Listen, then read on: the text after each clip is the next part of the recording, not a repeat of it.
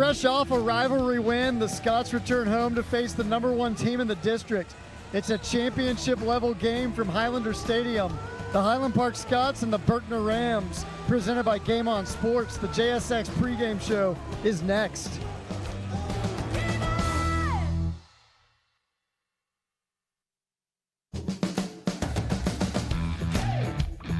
I actually look forward to car shopping with Sewell because I know that the whole process is going to be seamless, comfortable, and we're going to be taken care of. Buying a car is a big life event. I just felt very relaxed through the whole process. They put us at ease. There wasn't any pressure. It really felt like we were sitting at home trying to buy a car, especially with the cookies. I drive a Sewell. Discover our wide variety of new and certified pre-owned vehicles at Sewell Cadillac. Imagine there's a better way to fly that's anything but ordinary, where crowds are a thing of the past and your schedule stays your own, where stress will vanish before your eyes. Because with us, your flight is a joyful part of your journey. We take you where you want to go with all the things you value most. So whoever you are, or whatever the reason, we're so glad you decided to depart from the ordinary. Scots find a way. Scots find a way. Scots find a way. Scott, find a way. Summer has sauced it at the 5. He's into the end zone. Touchdown. Scots find a way. Scots find a way. It's caught. He didn't get in.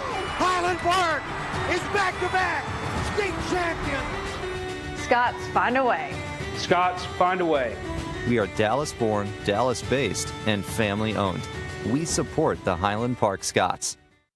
Winners rise because they demand the best. Shouldn't you? Put some points on the board this season with a 5.25% APY Vista Smart checking account from Vista Bank. That's right, a checking account with a rate like a CD from a bank that's got your back. Earning 5.25% APY on an interesting Vista Bank account? That's smart. Vista Smart. Vista Bank. Entrepreneurs banking entrepreneurs since 1912. Curtis Law, the game-winning lawyer. I'm a link in the chain. I am a link in the chain. I am a link in the chain. I'm a link in the chain. I'm a link in the chain. I'm a link in the chain. I'm a link in the chain. I am a link in the chain. I am a link in the chain. I'm a link in the chain. I'm a link in the chain. I'm a link in the chain. I'm a link in the chain. When you play one of us, you play all of us. Yeah, I'm a monster. I'm a great world wonder. I'm about that action. You don't want no drama. Renegade, you've been a slave, I've been free. No strongholds can't lock me. They'll remember me forever like a memory. And here we go. I'm a monster. Are you ready for it now? Ain't nowhere you can run. It's about to go down. I'm a monster. Are you ready for it now? Ain't nowhere you can run. It's about to go down. Are you ready for me now?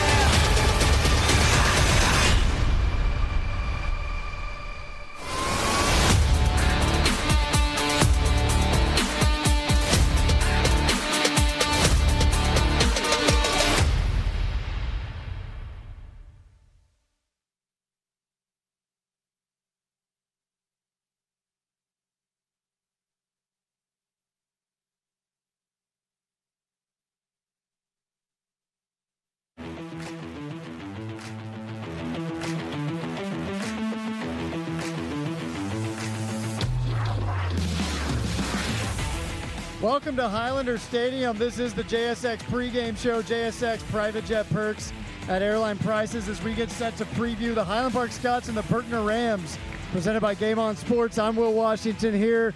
Next to me is former Scots quarterback Luke Woodley. And Luke, it's good to have you back here. We had you earlier in the season. You're here for the big games. We got a big one here tonight. We're glad to have you back with us. Yeah, it's great to be back. Thanks for having me. Luke was having one-handed catches out there, throwing it around before, so. Yeah, gotta act like I'm gonna do something tonight. You know, it's hard with the bagpipes going to not get fired up. Exactly. We got a fun one here tonight. It's the Scots versus the Rams. It's a team that not a lot of people thought at this point in the season would be number one in the district, talking about the Berkner Rams. And so they're coming in here tonight.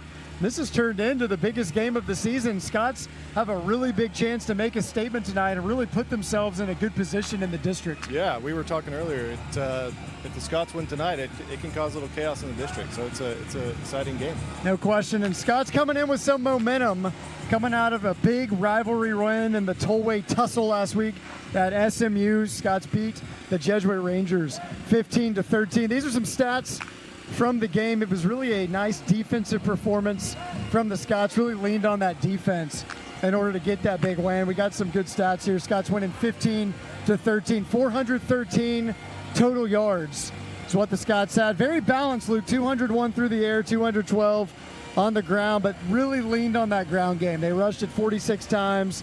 They threw it 25 times. They did have 3 turnovers, and so no question that's something they're going to need to clean up. Warren Peck, 15-25, 201 passing yards, 86 on the ground, just becoming this dual threat quarterback all season long. Wilson Axley, 77 yards and a touchdown. And then you got to give the biggest shout out, Luke, to the Highland Park defense.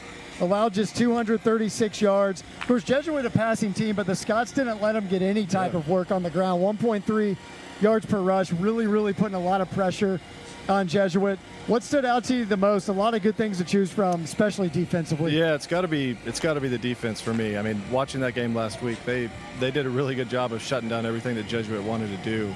So that was super impressive. And then, yeah, Warren Peck definitely using the legs to make some plays and looked good through the air. So, I mean, all around, it was a good win for sure. And then offensively, we were talking about just the way Jesuit was playing defense and then just how they like to play offense, going tempo, throwing the ball around. Coach Allen really leaning on the ground game, rushing it 46 times to 25 passes. You know, this Highland Park offense is at its best when it's diverse. And really, when we say balance and diversity, we're talking about they can do what they want to do when they want to do it. You could tell from the get-go their plan was to run the ball, have longer drives, and they really did it, especially in the first half. They jumped out to a lead, had some turnovers there, but had some good stuff on the ground game they can build on. Yeah, for sure. They were running a lot of two-back sets last week and definitely stuck to the ground. That was certainly part of the game plan, and obviously it worked out for them. They talked about it going into the game. Jesuit with just a great passing attack. Charlie Peters, their quarterback, was leading the area in passing, so really dynamic. They did a great job limiting their receivers. Got to give a big shout-out to Wes Giese, corner for the Scots. Really locked them down throughout that game. Had some big plays. When you spread it out like that, you got 4 wide. Sometimes you just got to make a play if you're a defender. It's not about the scheme as much as it is about a one-on-one matchup, and the Scots did a great job in the passing game. 100%. Yeah, their entire defense and the defensive backs had so many big plays. They did an incredible job just matching up and just saying, look, I'm not going to let you beat me. And they stood the test for sure. One of the biggest plays for the Scots defense came in the fourth quarter, just about a minute left. This is the 4th down stop that turned it over. The Scots got the ball back. It really showed you a lot of things in this play here from the Scots. Look at this pressure as they force Charlie Peters outside and seal the edge there. Get the sack, turn it over on downs. You got another angle here. Look at this pursuit. Look at the way that they seal the edge. You got to love that, Luke. That's as good as it gets. I mean, bringing the pressure up the middle, making him run out of the pocket and have that fill on the outside. That's textbook. So that's just really positive stuff from the Scots defense. They played great the whole game, and so it was fitting for them to get that stop for sure on 4th down. And I think that's something they can build on. You talk about that Lake Highlands loss. It was tough. They didn't have their best game, especially up front. You play against Jesuit, one of the top offenses. It looked really good. They're going to need it again here tonight, but you know, playing defensively this time of year to have that kind of confidence, it's really big for your team. For sure, yeah. And especially, you know, Highland Park loves to get after it and loves to sling the ball around and take some chances, and sometimes that can lead to the defense having to back you up. And they did a really good job last week. And to your point, I think they can certainly build on that, and it'll be fun to see what they can do tonight. The Scots get the big rivalry win against Jesuit at SMU last week. The tollway tussle, 15-13. Before we go to break, here's a look back at some other highlights from the big win versus Jesuit. This is Hadley's highlight.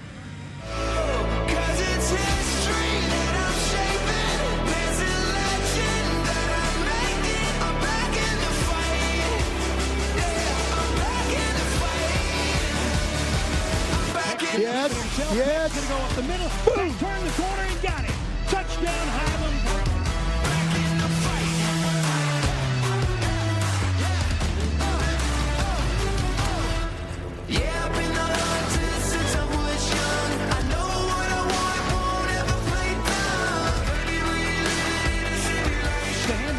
Actually wants to go into the end zone. He's got a receiver caught. Richter. Henry Richter.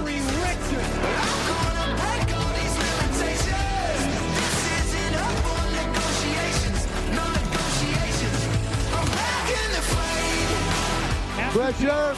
Rolled off to the right side. Oh, Pressure, he's not going to yes.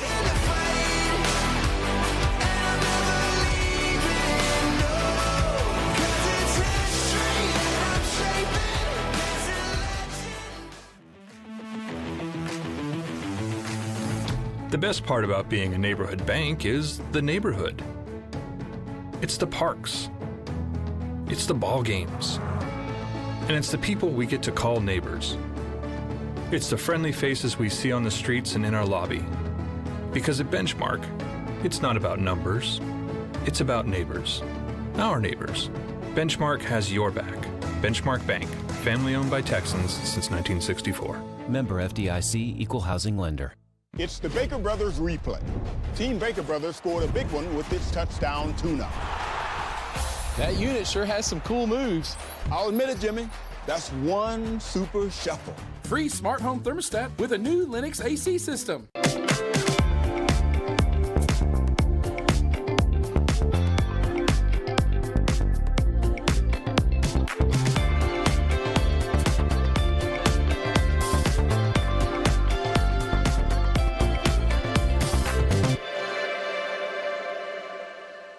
Our name, Residential Capital Partners, reflects who we are and how we treat our customers. At Residential Capital Partners, we are dedicated to helping our customers build wealth through real estate. Residential Capital Partners, America's private lender.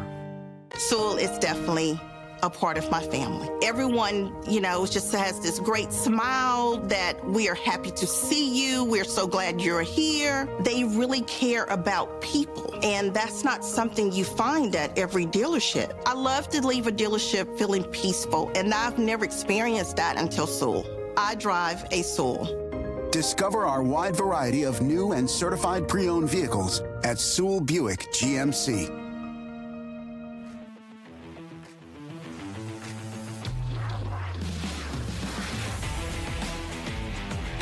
Welcome back to the JSX pregame show. JSX enjoy hop-on jet service between private terminals.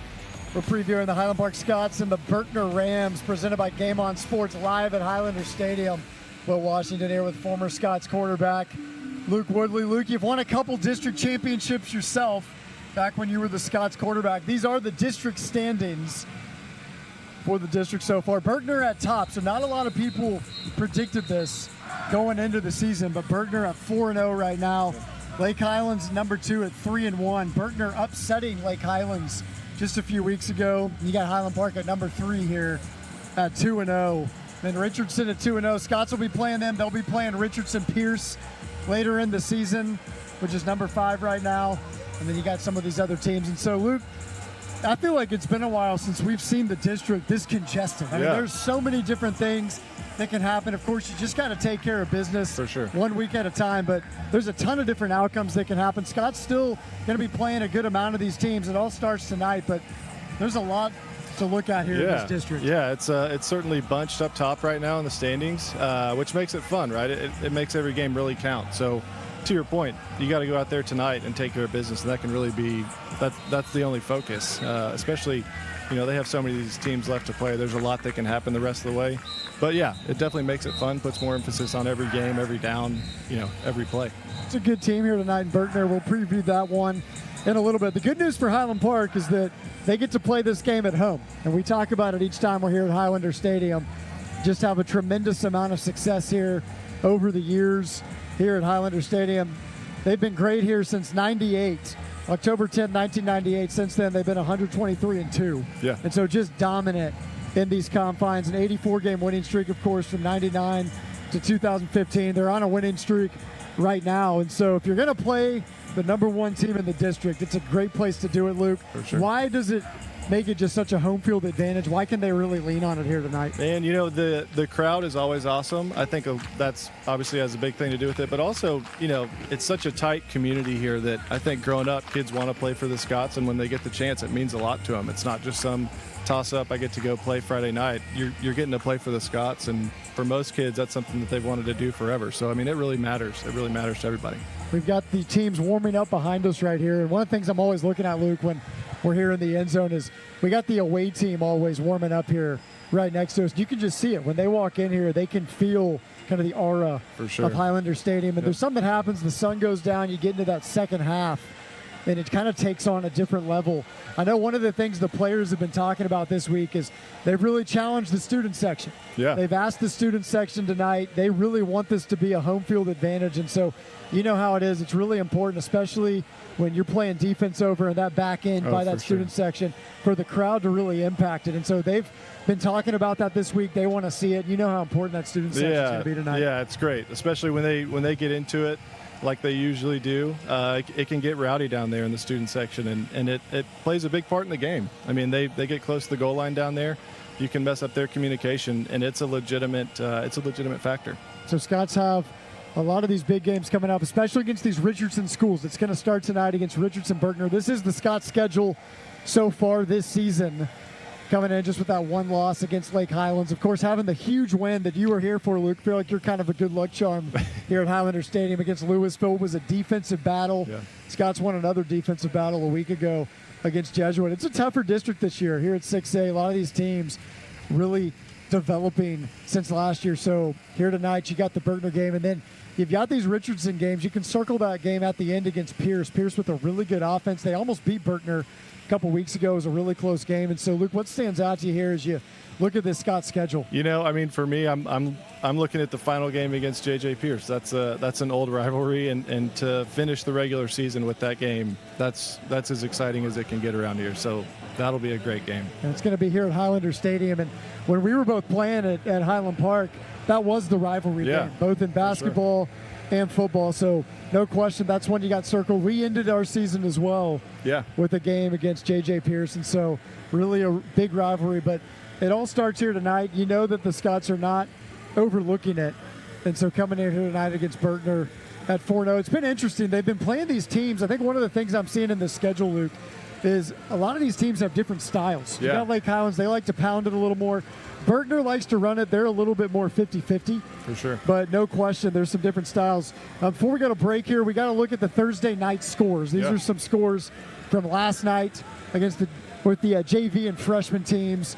All four of them won. You love the sweep there. So big shout outs to the JV gold blue, freshman gold, and freshman blue taking care of business here. Scots will look to make it a 5-0 week. At halftime, you're going to see some interviews. Jim Castellaw, who will be also honored at halftime, going to be inducted into the Ring of Honor. He sat down this week with receiver Bryce Lachkowski, defensive end Daniel Turner, and Clark Cosby, who's kind of become a little bit of a celebrity this past week. Jim sat down with these guys, talked to them at halftime to talk about the season so far and what's been going on and what to expect tonight. So you'll see that at halftime. After this, we're going to preview the big game against Berkner right after this break. What can you tell us about the Berkner team? Number 6, and number 6 is just, he's really, really fast, and he's a really quarterback. And number 6 is a wide receiver. Wide receiver, and he's very dynamic, and so we gotta really be watching out for him this game. And number 4 also, he can break a lot of tackles, and he runs really hard. They run hard. Their running back he's tough. He smash mouth, goes right downfield. He's hard to tackle. Gets a lot of yards after contact. We know they're going to be very physical. Imagine there's a better way to fly. That's anything but ordinary. Where crowds are a thing of the past, and your schedule stays your own. Where stress will vanish before your eyes. Because with us, your flight is a joyful part of your journey. We take you where you want to go, with all the things you value most. So whoever you are, or whatever the reason, we're so glad you decided to depart from the ordinary.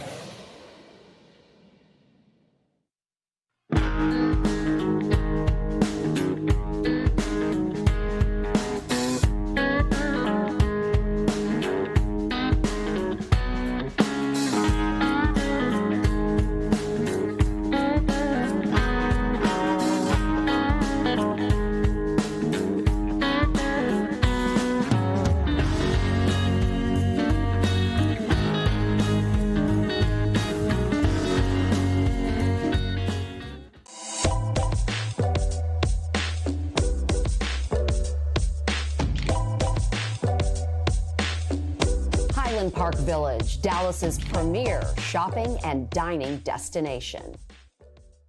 Conveniently located between Lovers Lane and University Boulevard on Preston Road. Not Just Soccer is locally owned and has served the Highland Park community for youth sports equipment needs since 1989. Whether you're looking for soccer, football, basketball, baseball, volleyball, or lacrosse equipment, they carry it all, and they take pride with specialists in each sport, and in many circumstances, you'll be helped by a current Highland Park athlete. Go Scots!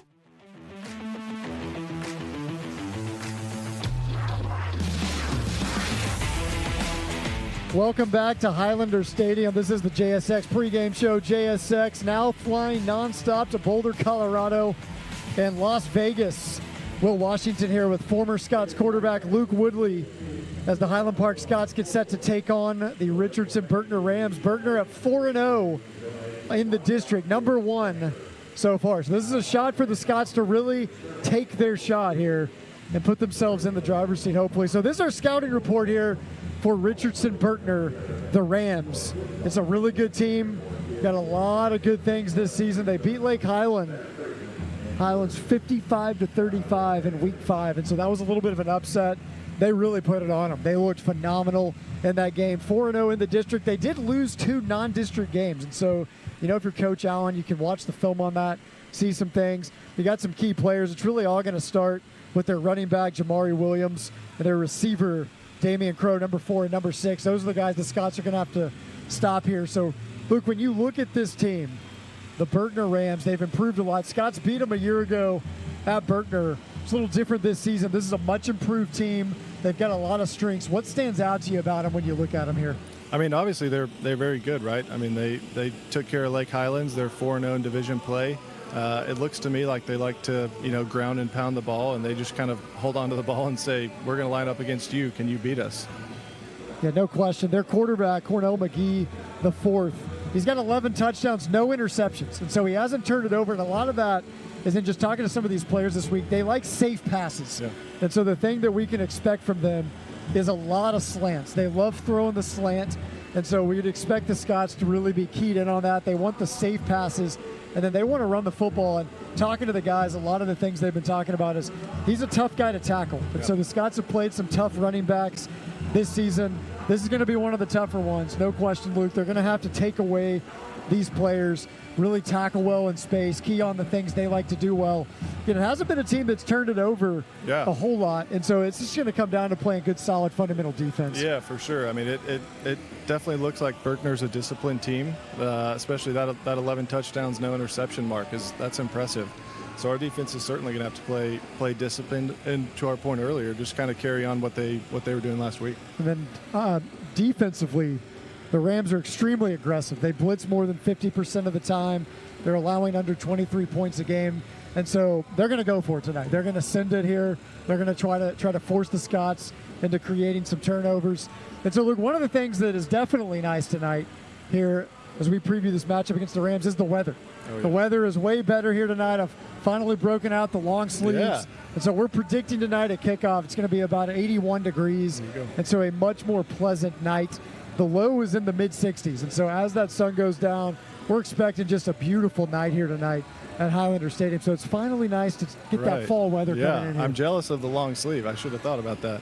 It's a little risky. It's a little early. We're a little hot right now, but I was like, you know what? I think it's the first night we can pull it off, so we're doing it. And so it's going to be a nice night here tonight at Highlander Stadium as the Scots get set to take on the number 1 team in the district, the Berkner Rams. Luke, let's give them the keys to the game. We've given the opponent's scouting report. If we're coaching the team, this is what we think the Scots need to do in order to win this one. We're going to start offensively. We're saying handle the pressure up front, and that's because, as we mentioned, the Rams, they're going to blitz over 50% of the time this season. They're absolutely sending it. They want to try to send more guys then the offense can block. That means we'd expect probably some man-to-man coverage at times. And so we're saying a lot of this is on the Scots offensive line. They're going to have to handle the pressure up front here tonight. Yeah, for sure. I mean, that blitzing over 50%, that's a high mark. And I think, it's something you have to look at as an opportunity, right? Going blitzing a ton and having a lot of man-to-man really just leads to opportunities. And a lot of it comes down to being able to sit there, take the pressure, and actually throwing into the blitz, because that's where you typically get some gaps to open up. So Warren Peck should be able to handle that. I mean, he's played well so far this season, and it'll be exciting to see what he can do against this defense. So talk to me about Coach Allen here for a second, Luke, because you played under him. You were his quarterback for 2 seasons, won 2 district championships with him. When you're playing here and you've got an aggressive team, what's he telling you to do? And then specifically, what are some calls you might expect him to try to use tonight to actually take advantage of the aggression and use it? Yeah, I mean, I think a lot of it is, look, let's just be patient. If they're going to blitz, let's run our short passing game and just kind of dink them and dunk them. And, a lot of that is, you do that every game, but especially into the blitz. It's throwing into the blitz. It's being patient. It's taking what the defense gives you. And then at some point they're going to blitz and one of their man-to-man is going to break. And really it boils down to, are you ready for that to happen? And are you staying disciplined in your reads so that you can see when it happens and take advantage of it for a big play? It's a fun test for the Scots offense tonight. Defensively, we're saying take away number 4 and number 6. That's their running back and their receiver. We're going from the Bill Belichick school of thought here. We're saying let's take away the best player. And so with the running back, number 4, you got to go in, you got to make tackles. They're saying he breaks a lot of tackles. And then with number 6, this receiver, they like to run a lot of slants to him.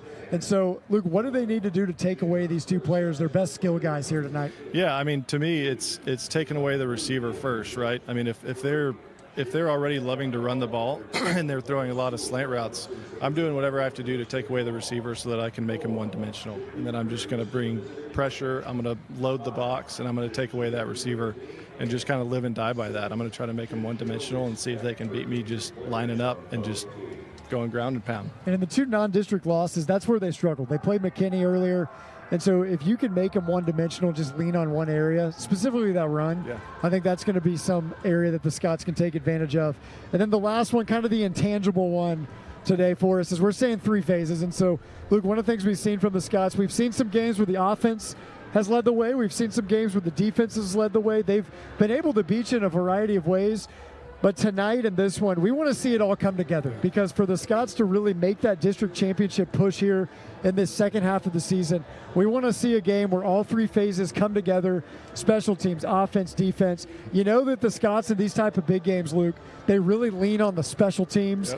And so we want to see it come together here tonight. What do you want to see from this 3-phase matchup here for the Scots? I think, to your point, special teams is often overlooked and generally one of the most important phases of the game, so that's always crucial. But then, offensively, last week I think they had 3 turnovers, cleaning that up, and defense generating more turnovers, right? They had a great week last week, and so just keep carrying on what you're doing there. Try to take the ball away, give your offense more possessions, especially if they're going to be running the ball and kind of milking the clock.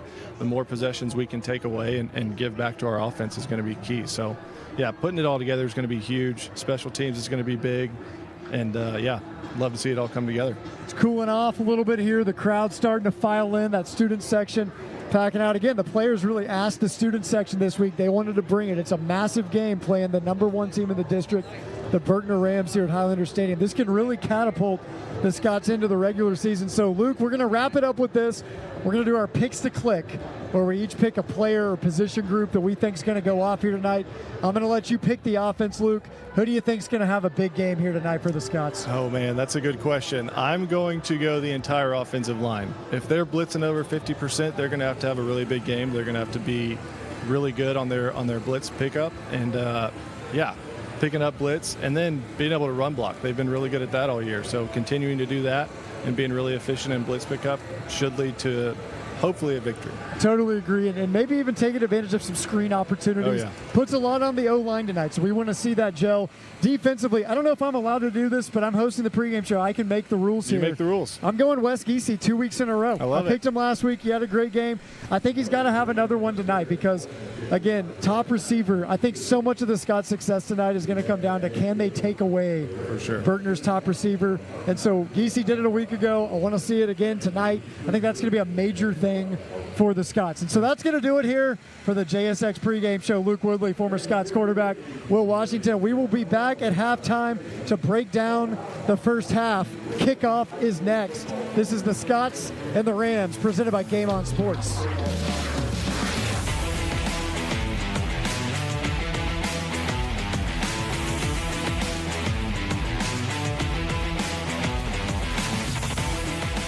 I'll sit down, have a cup of cappuccino, a cookie, read a book. When the car is ready, they come get me. It's a great way to start a Saturday. Discover our wide variety of new and L-certified vehicles at our Dallas and Fort Worth Sewell Lexus locations.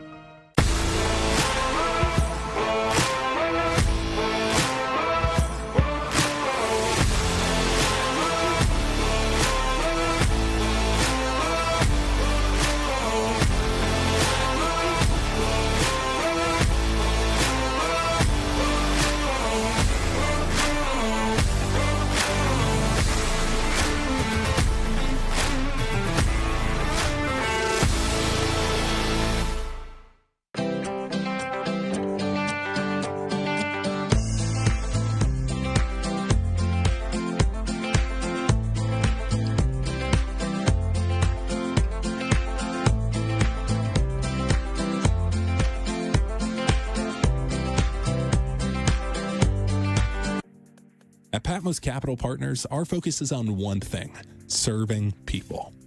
Our team is hardworking, humble, and ready to serve our residents and wisely steward our investors' capital. Our firm is focused on buying real assets that appreciate over time.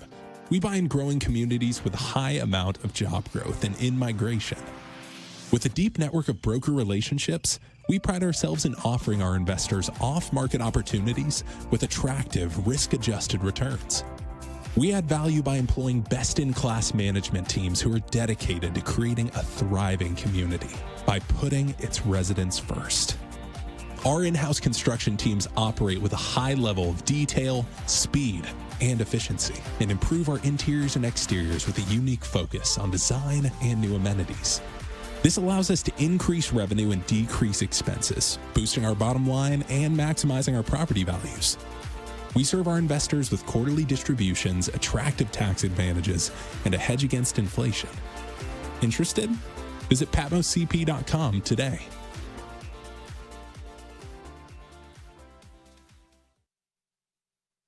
Imagine there's a better way to fly that's anything but ordinary, where crowds are a thing of the past and your schedule stays your own, where stress will vanish before your eyes. Because with us, your flight is a joyful part of your journey. We take you where you want to go with all the things you value most. So whoever you are, or whatever the reason, we're so glad you decided to depart from the ordinary. It's the Baker Brothers replay. The best offense is a good defense. Baker Brothers blocked those surges before they could take it to the house. That play was electric. That's right, Jimmy. Shocking, even? We get it, Jimmy. Call now to get this month's electric special. Highland Park leads this football game.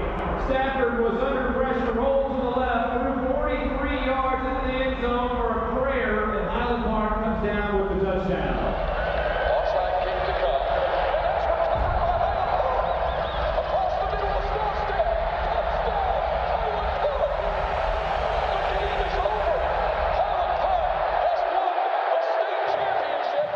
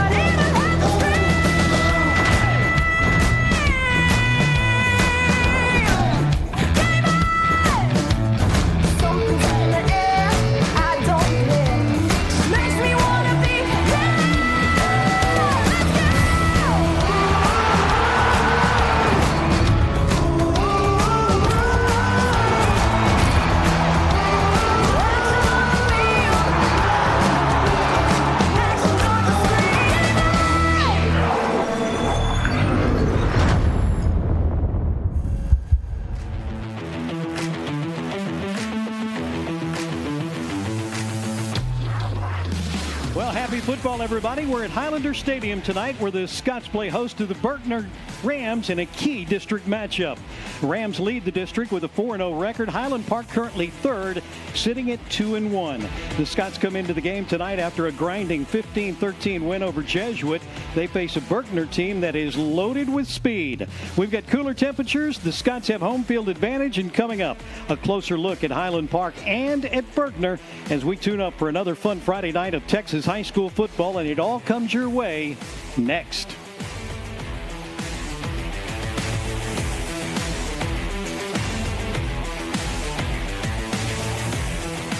Curtis Law, the game-winning lawyer. I'm a link in the chain. I am a link in the chain. I am a link in the chain. I'm a link in the chain. I'm a link in the chain. I'm a link in the chain. I'm a link in the chain. I am a link in the chain. I am a link in the chain. I'm a link in the chain. I'm a link in the chain. I'm a link in the chain. I'm a link in the chain. When you play one of us, you play all of us. Yeah, I'm a monster. I'm a great world wonder. I'm about that action. You don't want no drama. Renegade, you've been a slave, I've been free. No strongholds, can't lock me. You'll remember me forever like a memory. And here we go. I'm a monster. Are you ready for it now? Ain't no way you can run. It's about to go down. I'm a monster. Are you ready for it now? Ain't no way you can run. It's about to go down. Are you ready for me now? Mobile mic.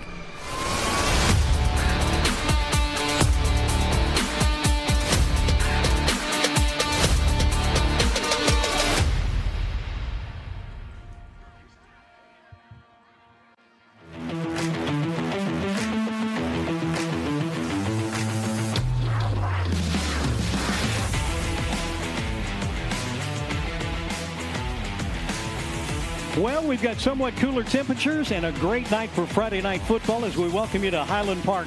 It is the Scots and the Berkner Rams as we welcome you into Highlander. Although we've got a ways to go, this very well could be the game that decides the district championship. Alongside the Hall of Famer, Jim Castellaw, I'm Russell Scott. Scots already have had a bye week. They're 2-1 in district. The Rams are 4-0. They currently sit atop the 7-6A standings.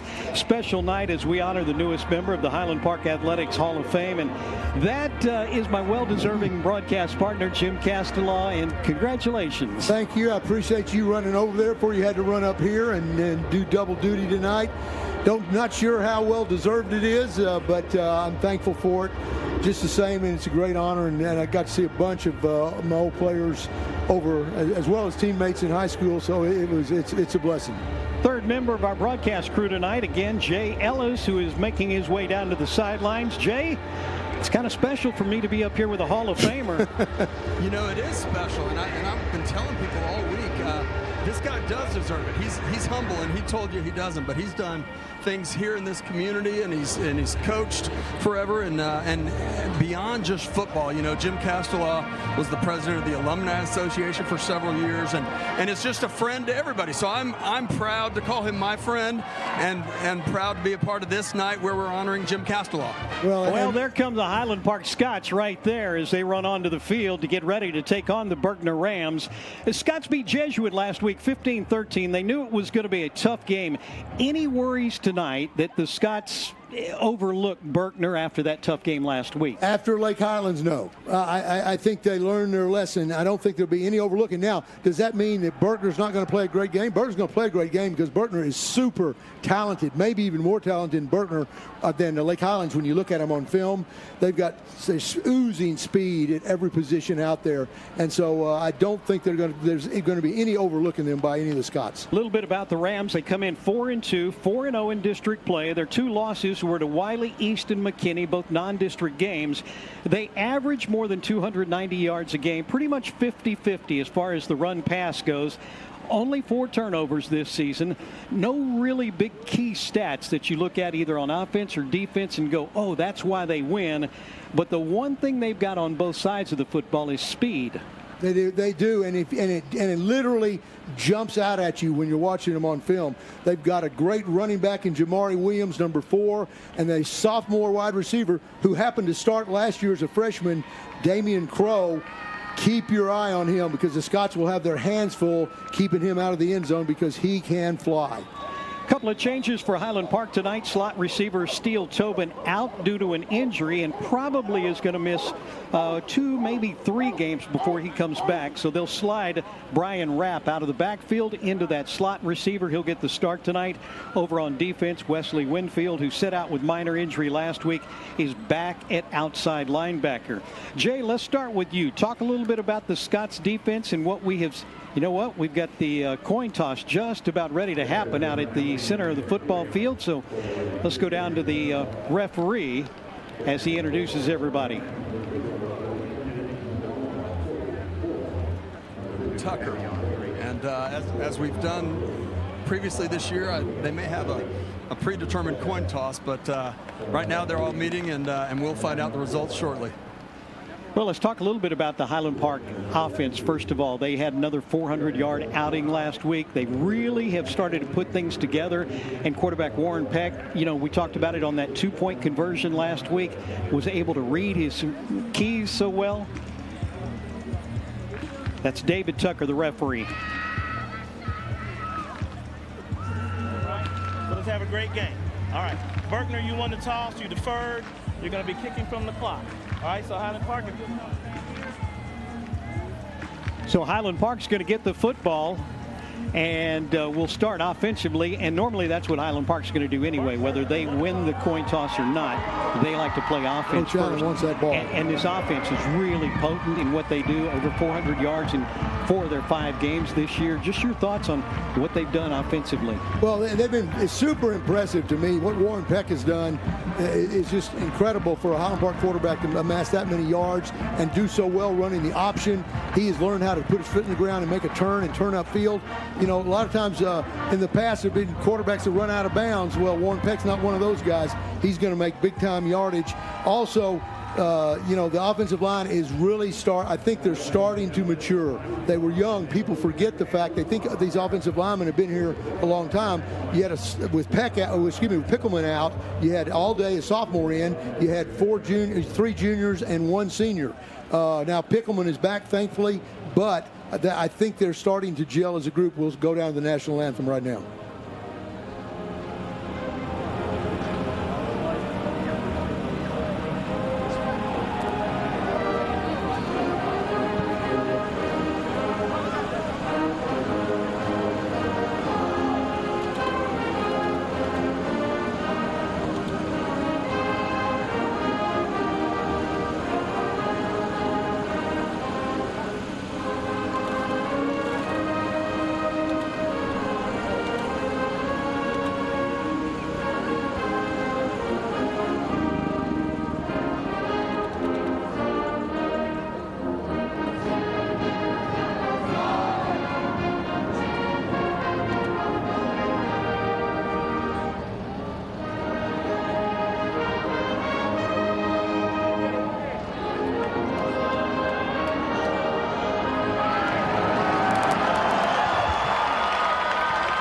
Let's continue to talk a little bit about what's happening here with Highland Park and the offense. We just told you a little bit about Warren Peck and about the offensive line. This week, Steele Tobin's out. He's got an injury. That means Brian Rapp moves out of the backfield into that slot receiver position. And I'm glad to see Rapp get out of that crowded running back room, get a place to play out there slot. I was going to say, normally we have a lot of wide receivers for Highland Park. This year we've got a lot of running backs. You put him out there, and it's not quite the deficit that you might have expected with Steele Tobin going out. But good to have a guy like this who has shown that he can run the ball. He's caught a few passes as well. Right, and it's going to give Coach Allen a little bit of flexibility because the defense cannot key on Rapp. Rapp can play running back. Rapp can play slot receiver. And so they're not going to know immediately when Rapp enters the game, where he's going to be. So that gives Coach Allen a little bit of flexibility on two-back sets, if nothing else. I mentioned to you a few minutes ago that the weather is a lot better tonight. I'll tell you what, we're in the 80s to start this one tonight. And our weather forecast tonight looks really, really good. It's brought to you tonight by Advantage Healthcare Systems. 81 degrees at kickoff time tonight. We were up at 87 this afternoon. We've got just a mild wind that's coming out of the northeast at about 12 miles an hour. And it is going to be spectacular football weather for this one here at Highlander Stadium. Scots will get the football first. They've got two deep. Both will stand back at around their 5-yard line. And to kick off and get this thing started for the Berkner Rams, it's going to be Basha Elkazar, who will start tonight kicking. And we'll just go through you right now. We didn't get a lot of information from the Rams coaching staff. Nothing on the kicking or punting situation. So limited knowledge on the Berkner names coming into this one. Our kickoff is up and on the way. It's brought to you tonight by Davidson Bogle. Fielded at about the 12-yard line. That's going to be Snyder who brings it out across the 15 to the 17-yard line. Let's go to our starting lineup tonight for Highland Park, brought to you by Goff's Hamburgers. Up on that offensive line for the Scots, you've got Pickleman and Davenport at the tackles, Ogle and Clark are the guards. Wyatt Swanner is in there at center for Highland Park. Your wide receivers are Bryce Laskowski, Paxton Smith, Brian Rapp, and Charlie Snyder. In the backfield, Wilson Axley will get the start at running back, and at quarterback is Warren Peck. Scots will start with Keller Holmes in the backfield as well tonight, and Holmes will take the first handoff of the game, and he's got a first down. He'll pick up 12 yards right over the right guard, and he'll take it all the way out near the 32-yard line. Riley Bogert comes in to make the tackle. Highland Park goes with an up-tempo offense again. Here's Peck to throw. This one's going to be knocked out of the arms of the wide receiver, intended that time for Charlie Snyder. And that's Kobe Freeman who comes in to make the tackle.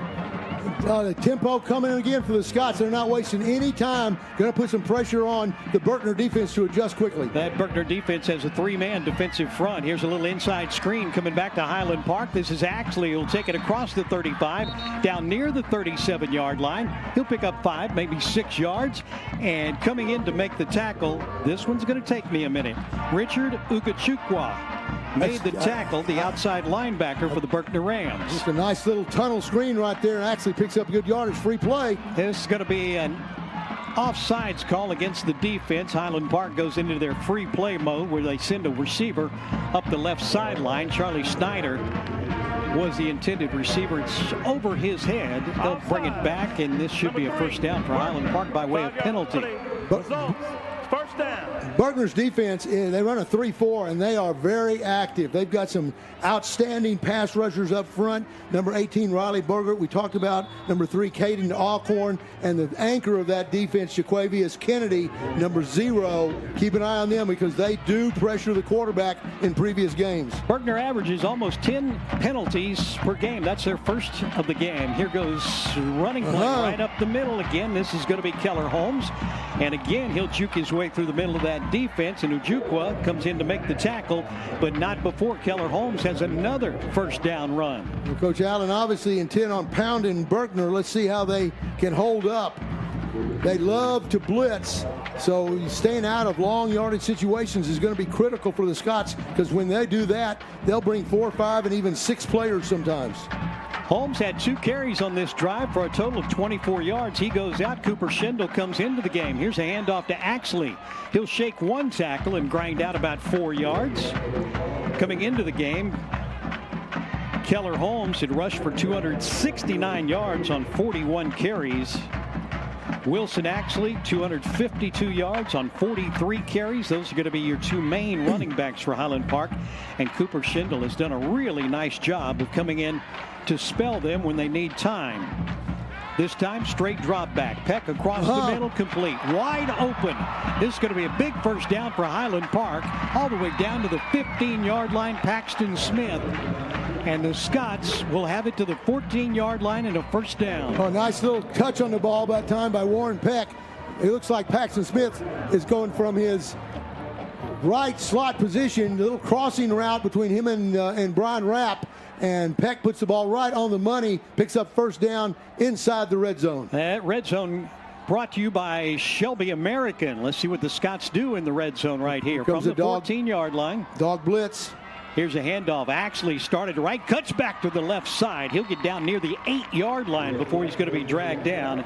In the red zone this year, Highland Park scoring at a clip of 73%. Talib comes in to make the tackle right there on Axley, but it's 6 yards. Second down 4. And if you're watching here, keep an eye on Berkner linebacker Yamil Talib, number 5. He is very active, pressures the offenses. Here's the option play. Warren Peck will keep it. He'll into the end zone. Touchdown, Highland Park. An 8-yard touchdown run for the quarterback, his 12th rushing touchdown of the season. Well, the Scots are no longer an option-based team, but Warren Peck's making Coach Allen want to run that option play a lot because he does it so well. He's really getting good at learning when to pitch and when to turn up. He turns up there for the Scots score. That touchdown brought to you by Bob Lilly Promotions, proudly supporting the Scots since 1999. And now Brett Kennedy and Peter McGuire bring you the extra point for Kensington Vanguard National title. It's up and on the way, and it is good. Nick Regas continues to be perfect on the season. He's now 26 of 26 on PATs.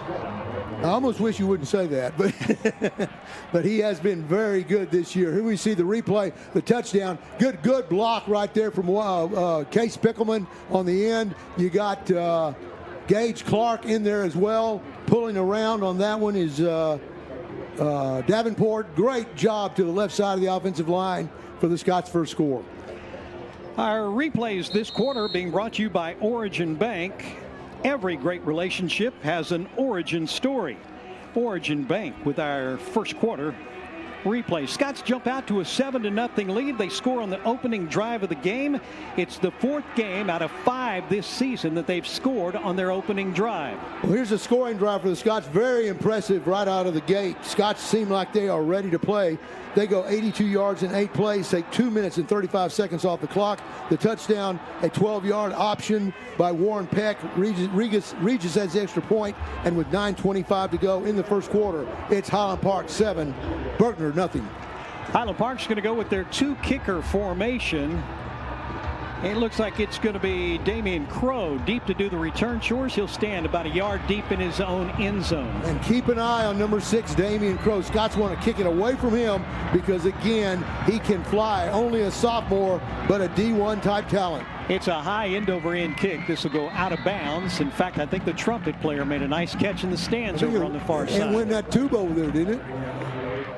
Well, let's see. Are they going to bring it out to the 25? Nope. Looks like they're going to have Highland Park kick it over again. Maybe back up. Well, the defense heading on the field, so they are going to take the ball around the 30-yard line, I think.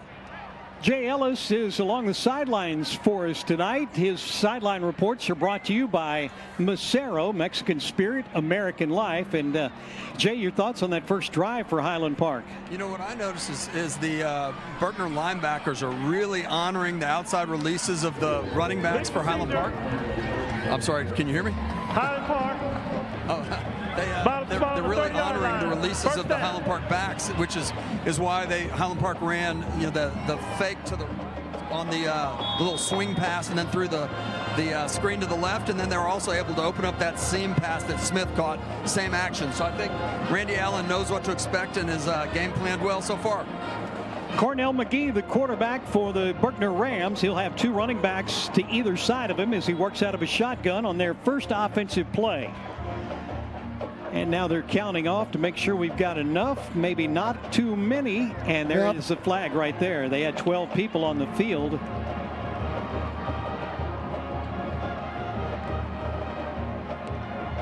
That's going to be a 5-yard penalty against the Rams. Illegal substitution. Berkner, 5-yard penalty. Still first down. Interesting that happens the first time you walk out on the field. So maybe Berkner's got some trick up their sleeve that they were trying to disguise right there. We'll see. McGee comes into the game 41 of 71. His pass for 654 yards so far this season.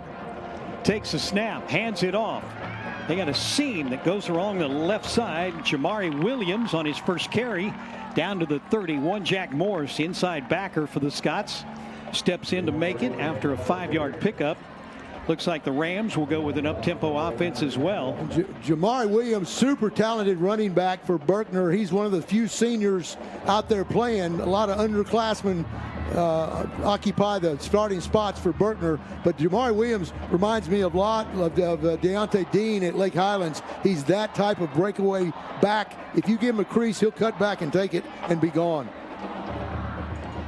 All right, they finally get the offense set. They'll bunch off to the right side, and now we've got a whistle, and we've got movement, and we've got lots of flags coming in. I believe this will be against the offense. False start. Berkner, 5-yard penalty. Remain, second down. David Tucker, our referee, with the call right there. They'll move them back another 5 yards. So every time they've made positive yardage, penalty, then they got a penalty against themselves. Now they move it up to the 30-yard line, and another penalty moves it back to the 25 to make it second down 15. Looks like there's some confusion still among the receivers for Berkner. McGee again out of the shotgun, hands off to Williams. Almost got stripped of the ball. He'll pick up 5, maybe get 6 yards, and there are a ton of blue jerseys that have jumped on top of him. Led by number 23, Jack McCollum, cornerback for the Scots, doing a good job coming up, but he had help from about 8 of his teammates in stopping Jamari Williams. And starting defense for Highland Park, it's Richter, Carroll, and Turner up on the defensive line. Winfield, Morse, Allen, and Korn, linebackers. Giese and McCallum are on the corners. Ray and McGinley are the safeties for Highland Park tonight. Again, look at them right there. 3rd and long. Opponents for Highland Park are less than 20%. Let's see what's going to happen right here. 3rd down, they need a long 9. Quarterback wants to keep it on a draw, and he's not going to get close to it. He'll get pulled down. Daniel Turner gets him and grabs him and stops him. And 4th down and about 6 needed for a first. Well, one of the things that that Berkner does very well is they not only go to number 6, Deion Crow, quite a bit, but they also use him as a decoy. That time, they're trying to set up the quarterback draw, which you saw, but Crow, number 6, was open across the middle, dragging a couple of defenders with him. This is going to be Basha Eklizar. He'll get it off, and Highland Park's going to let it bounce, and this will take a Scots bounce. This is going to be a negative punt. Highland Park's going to have fantastic field position. Yeah, the punter downs his own kick right there. That doesn't happen very often, as Mike McAbee, our statistician, noted. Well, when you get that toe up, you see it in the NFL all the time when they're trying to punt it towards the goal line, have it kick back. Well, that's what happened. He got his toe up, and when the ball hit about the 45-yard line, you'll see here it kicks right back towards Scott's into the field. Man, look at this right here. You see it bounce, there we go. Then it takes a Highland Park roll. Right. And the punter runs over there. Punter runs around, picks it up, and Scots are set up at the Berkner 29-yard line. That replay brought to you by Origin Bank. Scots on their 2nd drive of the night. Actually, we've got flags coming in. In the area, you would expect it to be a holding call, but let's see what David Tucker, the referee, is going to tell us. Good block out front by Keller Holmes right there, number 5, kept his feet wide. Highland Park, 10-yard penalty from the previous spot. Replay, 1st down. Highland Park called for the penalty right there, so that's going to move them back. And whoever it was, he's thankful that the official didn't call his number. You always like to hear that in the NFL. In high school football, you're going, please don't call my number. Yeah, it makes it easier on the people watching, but for mom and dad in the stands and the kids themselves, it's And we've got a new speaker system here at Islander Stadium as well, and it is loud and clear. Swing pass out into the flat near side. That's to Keller Holmes. He'll be dragged down after he caught it right around the 37-yard line. That's Dante Doyle, the inside backer who was back in coverage. Very, very nice little out route by Keller Holmes. Good coverage right there, but he can't stop Warren Peck's delivery. Coach Allen seems like he's going to be content to be patient and take what the Berkner Rams give him. A couple of yards. Here comes a blitz. Highland Park will pass it away near side. I believe that's Laskowski on the catch. He got it. It's not going to pick up very much, though, if he got anything at all. And coming in there is Rashawn Jeremiah to make the tackle. It's going to go for a no gainer. And one of the things that Berkner likes to do, they like to load up 4 rushers to one side or the other, the offensive line. They'll step up in the line, and then here they come. Scots are 1 for 1 on third down conversions tonight. The swing pass out to Axley, and he's got some running room. He'll take it all the way down near the 22-yard line before Jeremiah tackles him. He'll be short of the first down, but Highland Park's going to be within about 2-3 yards of a first down. This is a place that head coach Randy Allen likes to go for it a lot of times. Well, how cool was Warren Peck right there? Had a rusher in his face, unblocked. He just floats it over into Axley. Scots have converted at 8 of 15. They're not going to convert this time. Great back shoulder throw right there, but he couldn't pull it in. That was Charlie Schneider on the supposed receiving end of that. Kobe Freeman's defending him. Offsides. Number 3, Berkner. Penalties decline. Results of the play. First down. Okay, I think the penalties accepted is what he meant, because the play was an incomplete pass. So Coach Allen would not have declined that penalty. He would have accepted it for the first down. My mistake. I thought the pass was complete. But have a 5-yard penalty. There'll be a first down. Maybe the first time I've heard the referee admit that he had made a mistake. I kind of like that. It makes me think he's human. I like it a lot. Let's go down to Jay Ellis along the sideline for Massaro. You heard that too, right, Jay? Yeah, in fact, I was about to tell you all. He must have thought that we caught the pass, but he looked up in the stands and on that brand new speaker system told the world he thought we caught it.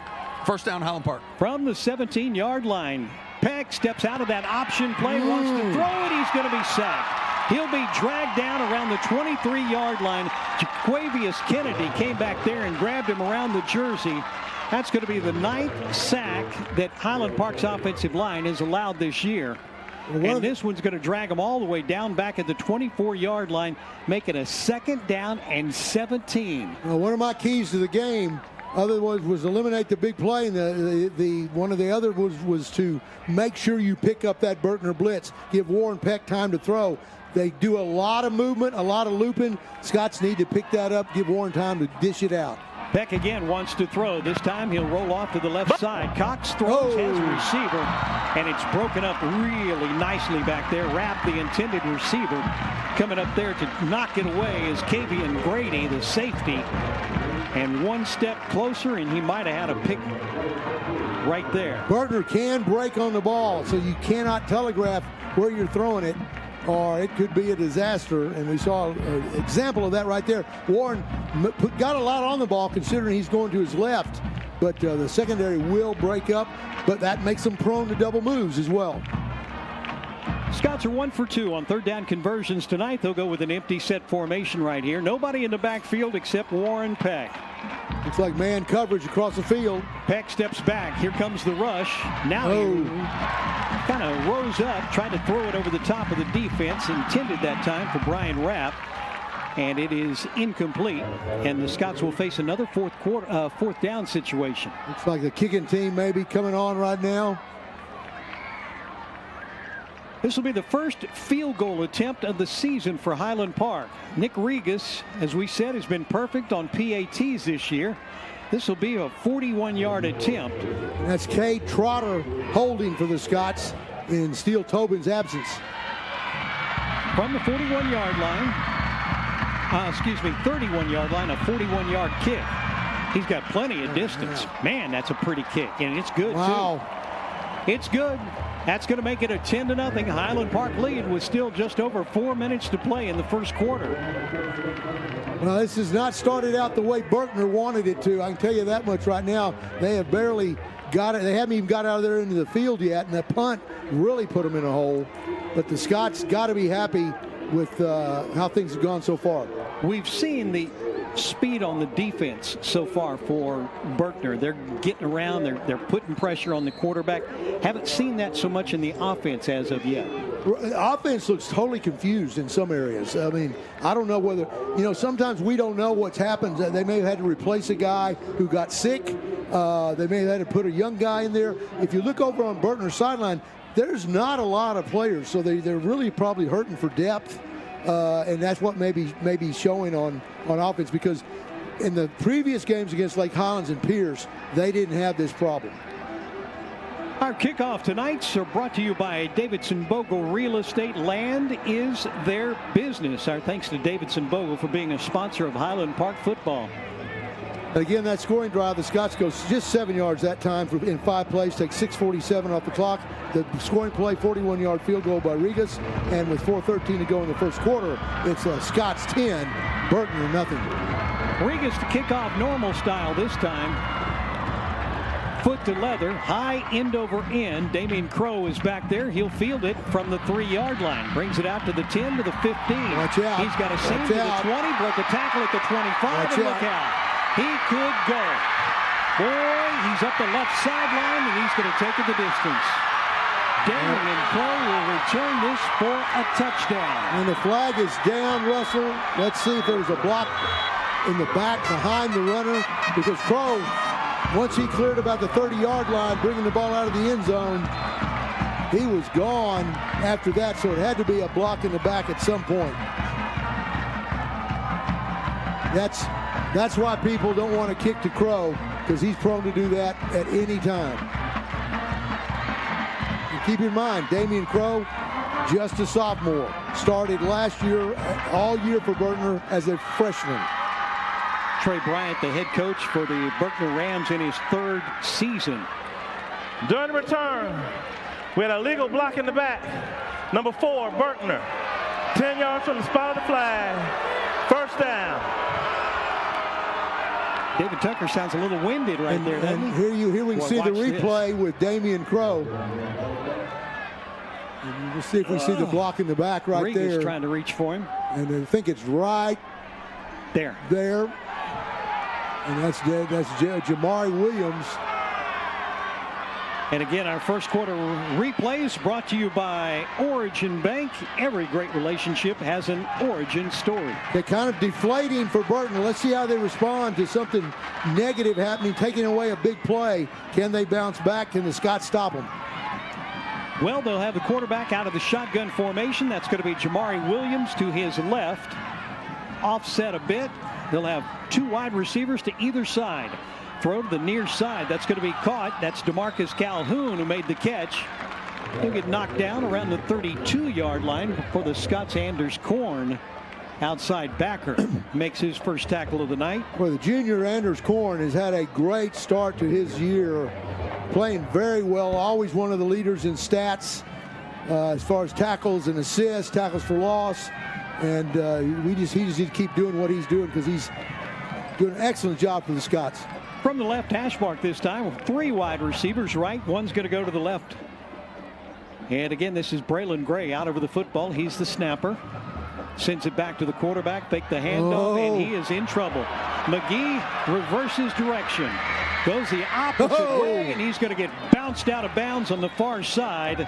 I believe that is Jack McCallum, who leveled the quarterback on the far side before he got to the first down marker. But as Jim said, we've got a flag, and this may be coming back. And Anders Korn did a great job of setting the edge over there to the offensive left.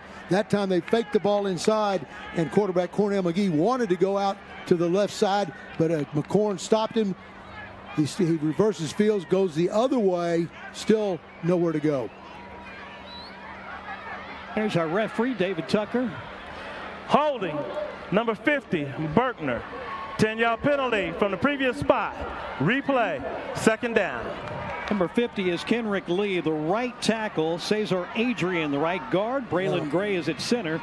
Frank Magome is the left guard, and Keontae McDonald, the left tackle. Well, Lee had Henry Richter wrapped up his jersey around the top of his neck.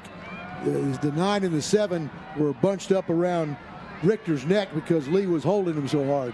Didn't Henry Richter say, don't you know I'm the guy who caught the 2-point conversion last week? Do you know who I am? Here we go. Let's see. Quarterback throws right side. He is wide open on the far side of the field. Catch is made, and he's tackled right up there around the first down marker.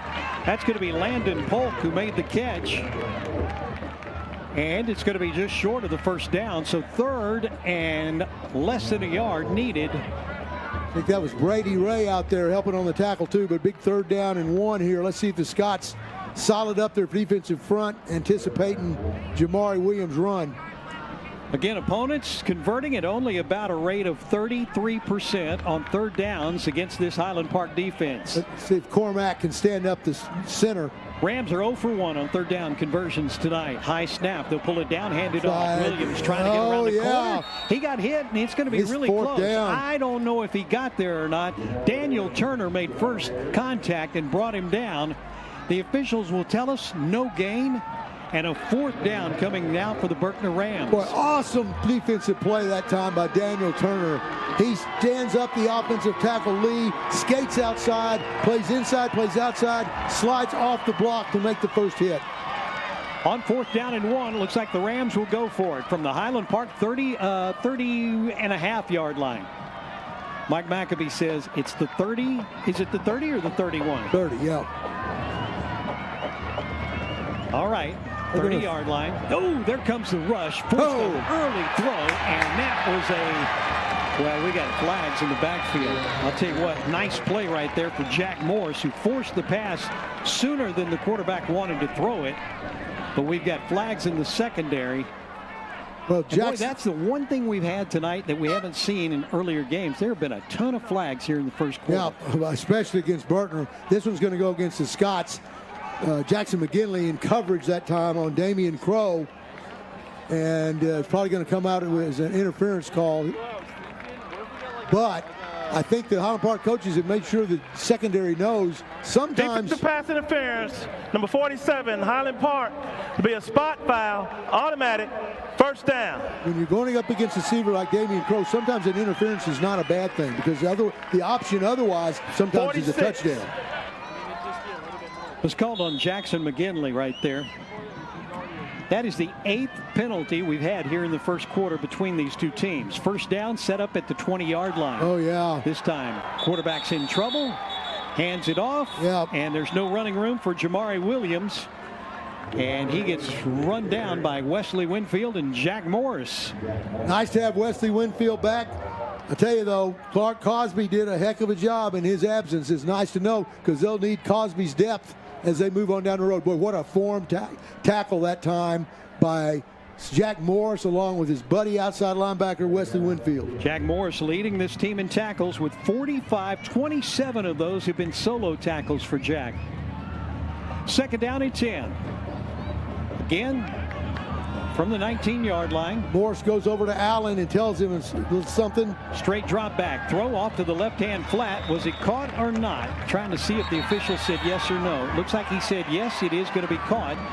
And that's going to be Jaden Hernandez. But we have another flag, and we may have a personal foul coming up here.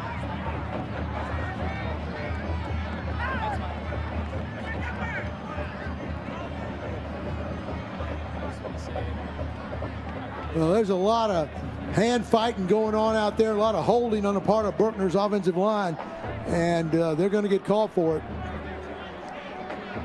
But just like you say, Jay, there's going to be some type of personal foul. Foul. Cormac Carroll was tangled up with one of their offensive linemen. Let's go down to Jay Ellis because, Jay, you had a really good look at that. Sideline reports for Macero. What'd you see? Well, what I saw, it wasn't a bird's eye view, but I did see at the end Cormac Carroll was thrown to the ground by one of the Berkner offensive linemen at the top, over by the Berkner bench. So then the flags came out immediately. So it's got to be a personal foul. Maybe we can see a replay if possible, and we might be able to catch what it was. 22 seconds to play in the first quarter. Scots are up 10-0. Macero makes me hungry every time we say it. We have a dead ball. Personal foul, number 51, Berkner. It'll be penalized from the end of the run, and it'll be 3rd down. That's a dead ball foul, so don't get to repeat the down. Trey Bryant still out halfway past the numbers. Want an explanation from the official. Trey Bryant, the Berkner head coach. In his third season now, he was a 4-year letterman at Baylor, played in the NFL with the Falcons, played in the Arena League for a while before he came back. He came up through the Richardson system. I know a couple of coaches who worked with Coach Bryant over the years.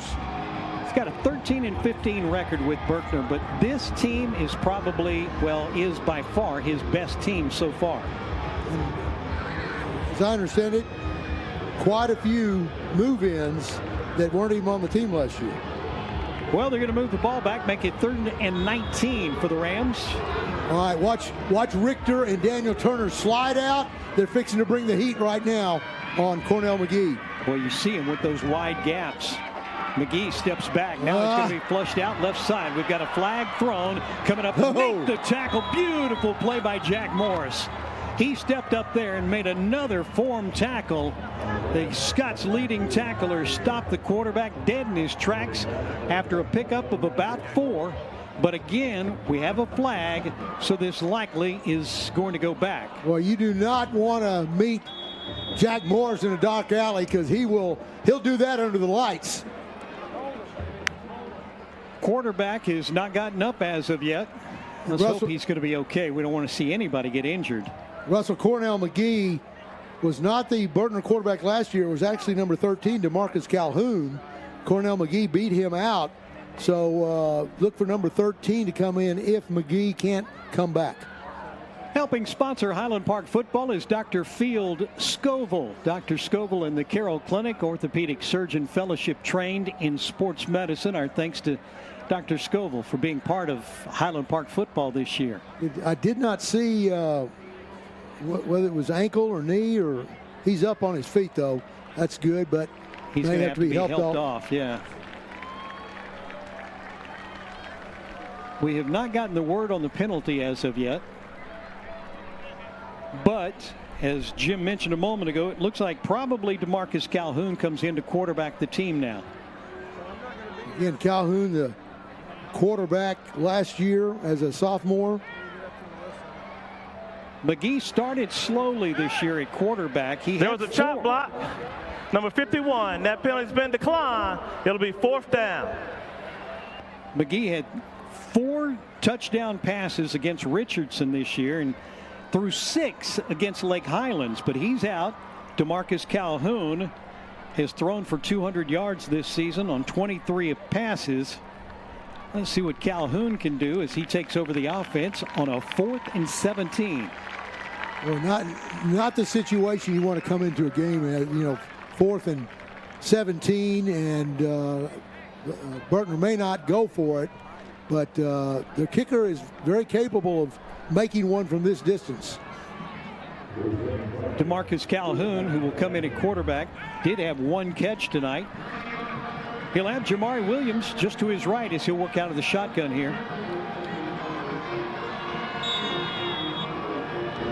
Number 6, Damian Crow, split out to the offensive right.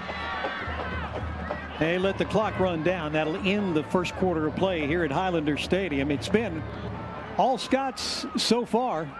Highland Park's got a 10-0 lead on the Berkner Rams as we take this time out. We'll return to Highlander Stadium in just a moment.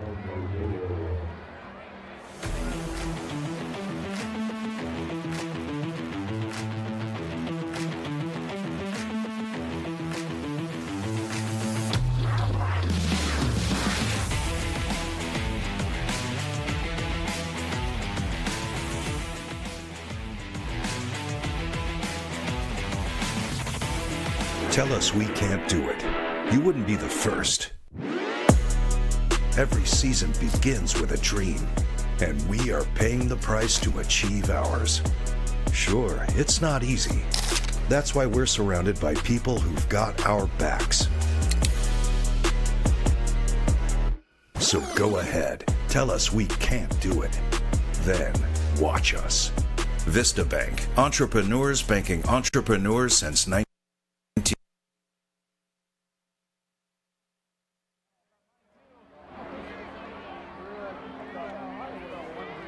Just about ready to get the second quarter underway. In the first quarter of play, Highland Park had 86 yards of total offense, held Berkner to just 44 yards of total offense.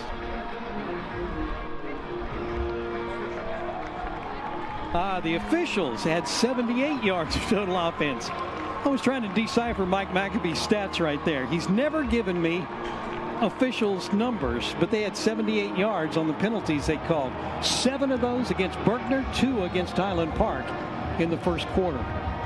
That's crazy. 9 flags. Timeout! Timeout! Berkner, their first time out of the half. Rams are going to take a timeout right here, even before they run the first play of the second quarter. I don't know if you saw these stats Mike gave me. Berkner had 44 yards of total offense. Highland Park had 86 yards of total offense. The officials, 78 yards. There have been a lot of penalties, I'll say that. But again, Berkner has looked out of sorts all night. And, a couple of guys playing who weren't on our charts to begin with, weren't on our expected starters list. And again, that's all I can figure must be the problem, because it's really hurting Berkner's efforts here. I think you're right, though. They've looked a little confused. Mike said maybe they put more into their offense this week and they weren't ready for it or something like that. But, coming into tonight's play, Berkner 4-0. They lead District 7 6A. Lake Highlands is in second at 4-1. Their only loss was to Berkner. Highland Park at 2-1. Then Pierce, Jesuit, Richardson, MacArthur, Irving, and Nimitz. Hence, you see 2 deep safety. They got help over the top on Damian Crow. On 4th down and 12, again, Berkner, first play of the second quarter coming up right here. They move left to right here at Highlander Stadium. DeMarcus Calhoun in at quarterback. Steps back, wants to throw. Oh. Nope, that's Cornell McGee who's back into the game, and he gets sacked. Cornell McGee gets sacked right at the 25-yard line. And for the Scots, that is Richter. Henry Richter was in there. Looked like it was Richter to me. Let's see. Right now, Cornell McGee's back. He's recovered. Let's see. Yeah, Richter's keeping after him right there. And it's Allen holds him up, and he can't throw the buck. McGee cannot get the ball off because Allen flashes in front. But that 1/2 second gave Richter what he needed to get there. Well, and the 4th down right there means Highland Park gets the ball back, and the Scots will bring their offense back onto the field. They'll scrimmage from their own 26, leading 10-0. Let's see what Warren Peck and company do right here. They'll keep it on the ground. Handoff goes right up the middle, and Keller Holmes will rip off another 11 yards for another first down. Great blocking up inside right there by Swanner, Ogle, and Clark. Your interior guard and center. Keller Holmes benefits. Tell you what, I think every time Keller Holmes has carried the ball tonight, he's had a first down. Bryce Laskowski will make the catch on the far side. And that's going to go for 8 yards. Second down, 2. Cannon Spackman in at the X spot. Oh, nice. Highland Park goes up tempo. They'll swing it out to Holmes. He'll take it and turn it into a first down just across the 50-yard line. Jaquavius Kennedy comes in to make the tackle. Pretty impressive that Jaquavius Kennedy, number 0, the nose guard, is out making the play on a screen. Coach Allen really has a good rhythm going now. Berkner coming with the hard blitzes, and Peck just floating the ball over the top to his receiver in the flat. Scots have already gone 27 yards on 3 plays on this drive, their first of the second quarter. 2 in the backfield this time. Here's Keller Holmes again. He waits for a blocker and then finds a seam down to the 40-yard line. Another nice run, and this one's going to go for 8 yards. Well, I don't know if we can get a replay, but Will Ogle right there. Watch his block downfield. Gage Clark gets a great one, but Ogle is pushing his guy back 5 to 7 yards every time. Our replays here in the second quarter brought to you by HP Wealth Partners. Our thanks to them. Holmes now 4 carries for 43 yards. Second down short. Axley follows Holmes. Boy, he got tattooed once he got into the hole. Coming in there to make the tackle is Yamil Talib. And they're going to give him a 1-yard pickup. Yamil Talib, again, probably the best backer for Berkner. He is extremely active and really gets up in the face of whoever's playing in front of him. Here we go, 3rd down and 1. Straight up the middle goes the quarterback, and Warren Peck will grind out a 1st down for the Scots. I'll bet on Warren Peck every time on that play because he's learned how to get low and burrow. You watch Warren Peck right here. I'm going to pick this up right there. Peck blocks down, back blocks out, and Peck goes over the top of him for the 1st down. Again, our replays this quarter brought to you by HP Wealth Partners. 8 1st downs now for Highland Park. There's a blitz. Scott's throw right side. That's going to be incomplete. Intended out there for Bryce Laskowski. And he was being guarded by Risharson Jeremiah.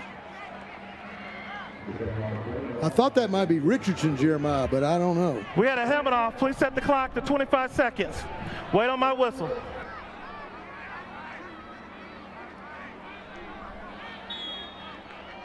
Highland Park continues to pound inside. Seems to be picking up good yardage every time they want it.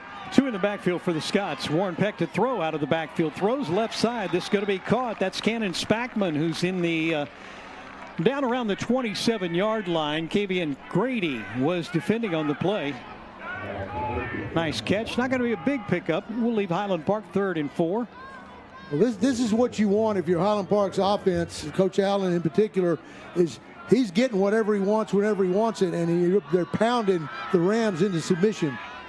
3rd down 4 for the Scots. Again, 2 in the backfield. Here's the option play, and Warren Peck's going to keep it. He's got a seam for a 1st down to the 19-yard line before he's run out of bounds. Kobe Freeman, cornerback to the right side, and move the chains for Highland Park. Watch Warren Peck on this. He's got a lead blocker with Axley. The outside backer takes Axley. Warren Peck cuts up and picks up a huge gain for a 1st down for the Scots. He is so adept at running that option now. Scots get it into the Shelby American red zone for the 2nd time tonight. Let's see what they can do with the ball on a 1st and 10 from the left hash mark. Peck calls for the snap. Hands it off.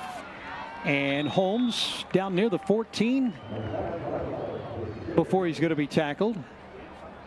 5 yards on the pickup. Anytime you can pick up 5 yards, pound it inside, it's a good play. Scott's down in the red zone again. Scott's had they didn't score a lot of points last week. They ran a ton of plays, and they had time of possession heavily skewed in their own favor. We've got a flag, and I believe number 78, Highland Park, 5-yard penalty remains. 2nd down.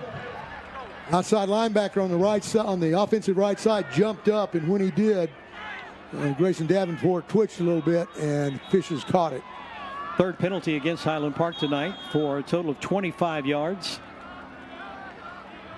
Moves the ball back to 2nd and 11. It's like man coverage. Here we go. Peck wants to throw under pressure. Oh. Throws it a little bit sooner than he wanted to. That's going to be an incomplete pass intended over on the far right side to Keller Holmes. And it's an incomplete. 3rd down and 11 again for the Scots. And I'll give Warren Peck credit for being able to get rid of it right there, because he had, again, an unblocked rusher right in his face, and thanks to his height and his size, he's still able to get the ball off. 3rd down for the Scots. A lot of 2-back set from Coach Allen. This time Peck, straight drop back, looks left, throws left. This is going to be caught by Axley. He'll get slammed down at the 16-yard line. He's going to be well short of the 1st down. Richard Harris comes in to make the stop. Only about 3 yards. And on 4th down, Highland Park will try another field goal. Scots had a 41-yarder back in the 1st quarter. This is going to be a 33-yarder from the left hash. Kincaid Trotter holding for the Scots. Berkner will try to block it. Here's Nick Regas, the right-footed kicker from the left hash mark. Hold is down. Kick's got plenty of distance, and it is good.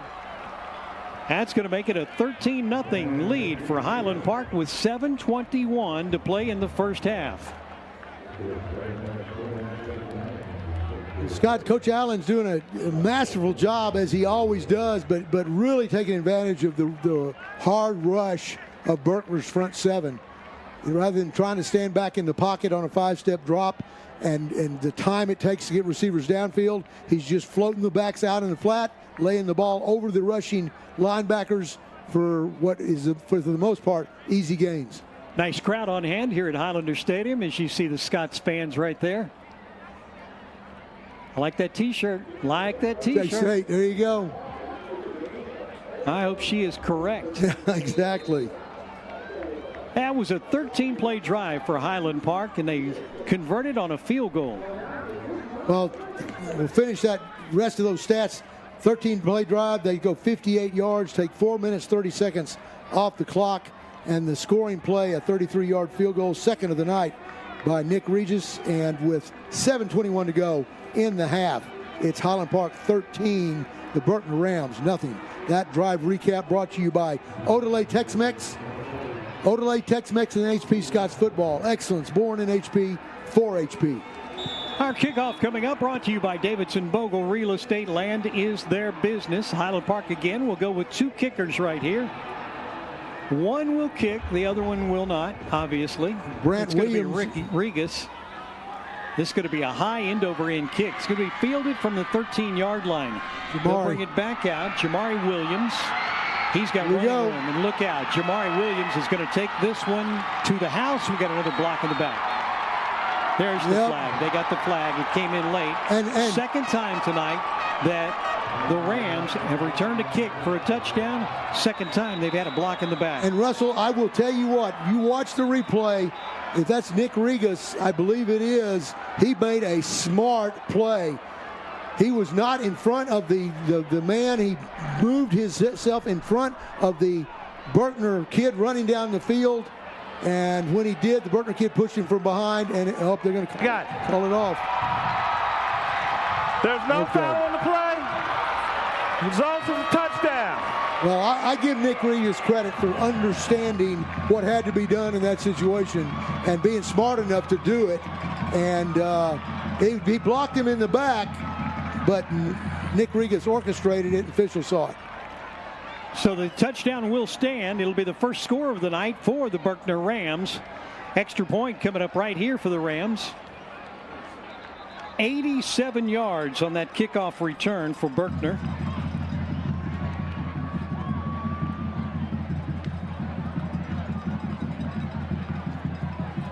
It gets Berkner back in this game. They were down and out.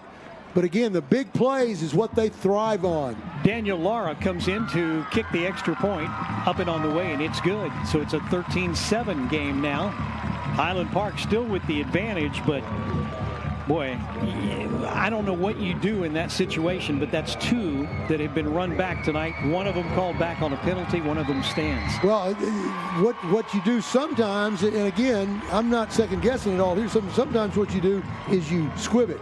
You kick it on the ground, it's bouncing around, it's hard to pick up, and keep it away from obviously number 6 and number 4 as much as you can. I know some teams, they kick it out of bounds and say, give us a penalty, but we're not getting a run back. But obviously, Berkner can hurt you with the players they have deep. One of the things Coach Allen talked about this week was the speed on this team. They pretty much cleaned house on all of the awards in the district track championship. Yes, I remember for that. the sprints, and he said we know we're going to have work to do on this against this team because of the speed they've got. And their speed's not just wide receivers or running backs. They've got speed on defense. Right. They've got speed in the secondary. Right. I mean, it permeates the team. And if you're watching this, hopefully you see why they gave Lake Highlands a problem. That Lake Highlands, Berkner's way ahead. Lake Highlands came back. You think they're going to blow? Lake Highlands going to take over. Berkner comes back and scores 2 or 3 touchdowns in the fourth quarter. That scoring drive we'll get to in just a minute after the kickoff.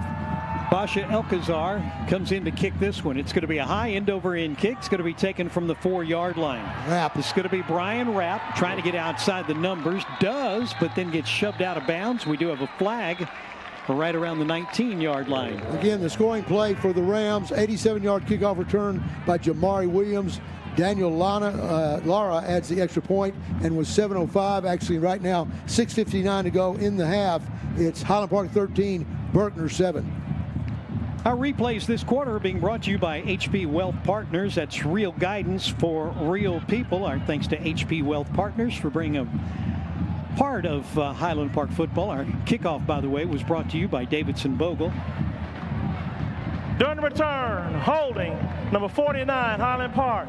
Penalty 10 yards from the spot of the foul. First down. Scott's going to be pinned up at their own 10-yard line. And I know Coach Allen's going to be stressing, hey, take the ball, drive it down the field, get the score before the half to take hold of that momentum once again. 6:59 to play in the first half. 13-7, Highland Park with the advantage. This will be the worst starting field position for Highland Park tonight. Their own 10-yard line. Parker Thompson in at the X. Let's see, man, maybe wrong. Maybe Charlie Snyder. Hard to tell that 8 and that 6. Here's Warren Peck at quarterback. Turns, gives to Axley. Started right, comes back to the left side. He'll get this to the 15. That's a 5-yard pickup for Wilson. And Talib steps in to make the tackle. Again, Berkner will work out of a 3-4 formation. 4 deep secondary. Highland Park, Coach Allen really liking what he's seeing with a two-back set. When you add Warren Peck to that mix, 3 backs who all can hurt you. Second down 5. It's like man-free coverage. Here comes the blitz. Here we go. Handoff goes right up the middle. Scots won't get the first down here, but they Holmes will pick up about 3. That'll get him out to the close to the 19. Third down in very short yardage now for this Scots offense. Got a good lead block by his buddy Wilson Axley right there, along with help from Gage Clark. Coming into the game, Highland Park averaging 441 yards of offense per game. 235 on the ground, 206 passing. Boom. Scots are 2 for 3 on third down. He's still going. Pick this one up easily. And there is a hit made at about the 21. Finally stopped him at around the 29-yard line. And how many times can we say that we've seen a quarterback on a dive running play pancake the linebacker? That time Warren Peck hit Rashad Harris, number 21, put him flat on his back. You'll see here in just a minute. Here we go. Snap it back. Peck dropped it. Picks it up. Throws right side. Looks for the receiver into double coverage. Did he get it? Out of bounds. No, it's going to be out of bounds. That's going to be an incomplete pass. Far right side. That's Parker. Parker Thompson, the intended receiver. There were 2 safeties back there in coverage. Right. So that's yeah, the snap was low. Peck does a good job of picking it up. I think he was hurrying to unload it because he didn't know how quickly the rush was going to be there. Had to take his eyes off of him and pick up the ball. Snyder is at the X position and Thompson at the Z. Second down, Highland Park. Wrap in the slot. They need the 40-yard line to convert. Turn, fake the handoff. Peck's got time. Across the middle, has a receiver caught. That's Wilson Axley, who's got a first down for the Scots. He was a step ahead of the defender, able to bring that one in, hold on to it at the 46-yard line of Berkner. Boy, look at Wilson Axley. You think about him just with speed, but watch him. He comes out of the backfield and runs right up the seam, has to turn around to make the catch, and is able to come down with the ball. What an athletic play by Wilson Axley. HP Wealth Partners brings you the replay, real guidance for real people, and Warren Peck has now gone over 100 yards passing. 10 of 16 throwing tonight, and that puts him over 1,000 yards passing for the season. Here's Keller Holmes trying to get outside. Actually was out blocking in front of him. He'll turn the corner, pick up 9, and the Scots continue to move the ball really efficiently. Axley and Pickleman both out there in front of Keller Holmes. Scots' offensive lineman, Ogle, pins his man. Pickleman makes his block. Little Axley, not just a running back, he can block too. Scots now second down and 1. 4:42 to play in the half. Here we go. Axley and Holmes to either side of Warren Peck. Senior quarterback takes the snap, gives to Axley. Started right, Nice cuts move. back left. He'll get the first down. He's down inside the 35-yard line. Scots continue to move the ball. 4 yards on the pickup.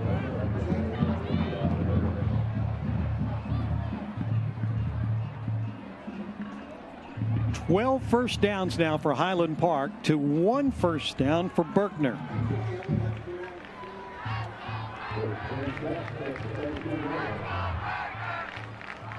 First down and 10 now for Highland Park. Jay Ellis along the sidelines. His reports tonight for Massero. Here's a pass left side. This is Charlie Schneider. Schneider gets across the 25, then bumped out of bounds. That'll stop the clock at 4:03. And Jay, as we bring you into the conversation, Jim has Hall of Fame duty coming up at halftime, so you get to finish out the first half with me. I've got our longtime former intern Owen Marie with me here, and we've been chatting a little bit. I'll start chatting with you while Jim makes his way down to the field. I see him now up there, so this is great. So Warren Peck's about to take the snap with 2 backs. There we go. Hands it off. I believe he got the first down. Keller Holmes tripped. Let's see what they're gonna give him or not. Nope. It is not enough for the first down. Statistically, that'll be a no gain. And now for Highland Park, 3rd down. That's something you don't see very often, is the Highland Park backs get tripped up. But I think he and Peck sort of collided just a touch. This time Peck hands to Axley. Found his seams, got the first down, bounces off tacklers down inside the 10. What a run by Wilson Axley. You know, not only did Axley hit that hole well, but he sort of shifted sideways to avoid the linebacker on a play that was going up the left side, and he ended up shifting over and getting another 7 or 8 yards to the right up the hash mark. Richardson Jeremiah finally made the tackle, as you saw on our HP Wealth Partners replay. Now into the Shelby American red zone. Highland Park's got a 1st and goal to go. Up 13-7 with 3 minutes to play in the half. You know, it feels like Highland Park, had control of the game, but it's really important now to take that control back with this touchdown. And here comes Peck to the left. Peck's going to keep it this time. He will pick up positive yards, but not many. And he's going to be taken down after a pickup of 1 or 2, maybe. You know, Russell, this season when we've seen that 2-back and then the option left, typically it's been Keller Holmes, and typically it's been Peck being able to freeze the defensive end and make the pitch, or just have that slight step and then cut it up the gut. But Berkner played it well there. It's one of the only times we've seen Highland Park not have the success they were looking for in that play. But they did get 2 yards, so it'll be 2nd and 8. Scott's going to have to hurry to get this one off. They do. Pitch out to Axley. He's got running room around the right side. Hit. He's going to be dragged down just short of the goal line. Axley looked like he was going to get into the end zone, but the speed we've talked about on this defense, able to catch up to him and hold him out. A 6-yard play brings 3rd and goal to go. You get a great look at it right here. Axley thought he was going to get there. Coming in to make the tackle was Mackay Wright. Safety knocked his feet out from under him after Axley had made a nice little juke on the first would-be tackler. That's right. We're staying 2 backs here with 3rd and goal from the 2. Here we go. This time it's going to be the quarterback right up the middle for the 2nd time tonight. Warren Peck with a rushing touchdown. A 2-yard touchdown run, his 2nd of the night. And Russell, that touchdown, by the way, brought to you by Bob Lilly Promotions, proudly supporting Highland Park Scots since 1999. You know, that quarterback sneak out of the shotgun with 2 backs is one that I don't think we've seen anybody stop this year. You know, Warren is tough, and looks like the offense is staying on the field to go for 2. We may see something similar, although there's only 1 back behind him. Looks like in a pistol formation. This 2-point conversion brought to you by Brett Kennedy and Peter McGuire with Kensington Vanguard National Title. Berkner. And the official said Berkner called the timeout, but pointed towards Highland Park. So I'm not sure if it is Highland Park or Berkner who made the. Hey Russell, I apologize. Usually I'm talking in your ear and nobody can hear me, but that was on Berkner. They saw the the offense on the field for Highland Park and weren't ready to defend the 2-point conversion. Of course, with a minute and a half left, it's worth it to them to spend that time out. But as we talk about often, Randy Allen, one of his greatest moments in coaching is always these 2-point conversions. And sometimes it's something tricky and sometimes it's something really basic, but it usually, Highland Park's usually able to convert. And with Warren Peck this year and his size and ability to run up the middle, I wouldn't be surprised if we see Warren running straight ahead again. But that option is something he really likes as well. And Jay, remember last week Highland Park went for a 2-point conversion and got it. Warren Peck showed what he could do because his first option was closed, his second option was not available. He went to his third option. That's right. Turned out to be Henry Richter, the defensive lineman who came in that heavy set formation. That's right. He's got his standard offense out there. It looks like now we've got. Oh, it looks like they snap it back, and we've got a little razzle-dazzle, wrap into the end zone. Got it. He threw it to Warren Peck, who made the catch. The 2-point conversion is good. Hey, wow, that was fun. Russell, they call that the Nick Foles touchdown. If you'll remember, the Philadelphia Eagles ran that, and Nick Foles caught a touchdown just like that. But that's got to be fun when you're Warren and you run for touchdowns and you throw for them. Now you're catching as well. First time we've seen him do something like that this season. That's right, and I think I'm way down at the other end, but I think was it Brian Rapp that threw the pass? Yes. It was really nice. Rapp saw that Peck was wide open, and when they're wide open, and when you're not the guy that normally throws the ball, you throw it nice and carefully, which he did. They snapped it directly to Wilson Axley, and then he pitched it back to Rapp, and Warren Peck floated off into the right side of the end zone and caught the pass. That drive took 13 plays, 90 yards, 5.5 minutes. They had 2 consecutive 13-play drives now for the Scots, and both of them went for scores. Warren Peck on the 2-yard rush, Rapp to Peck on the 2-point conversion. It's a 14-point lead for Highland Park at 21-7. Russell, we're back to the 2-kicker scheme for Highland Park, and I'm not good at predicting things, but what I can tell you is they're not going to kick deep to number 6. But Berkner's lined up to catch that sky kick to either side if that's where it goes. This kickoff for Davidson Bogle Real Estate. Land is their business. It'll be taken from the 18-yard line and brought back out to the outside of the numbers. And he's going to be dragged down by Nick Regas. On the return was Kobe Freeman, and he gets tackled by the kicker, who this time said, "We're not going to allow you that big, long runoff." Hey Russell, I don't want to ruin the suspense at the end of the game, but by the end of the game, we're going to have to choose a special teams player of the game, and we've got somebody who's kicked 2 great field goals, who's made a tackle, and actually made the smartest play of the game when he tried to take the charge on the last kickoff return. Regas is having a heck of a game.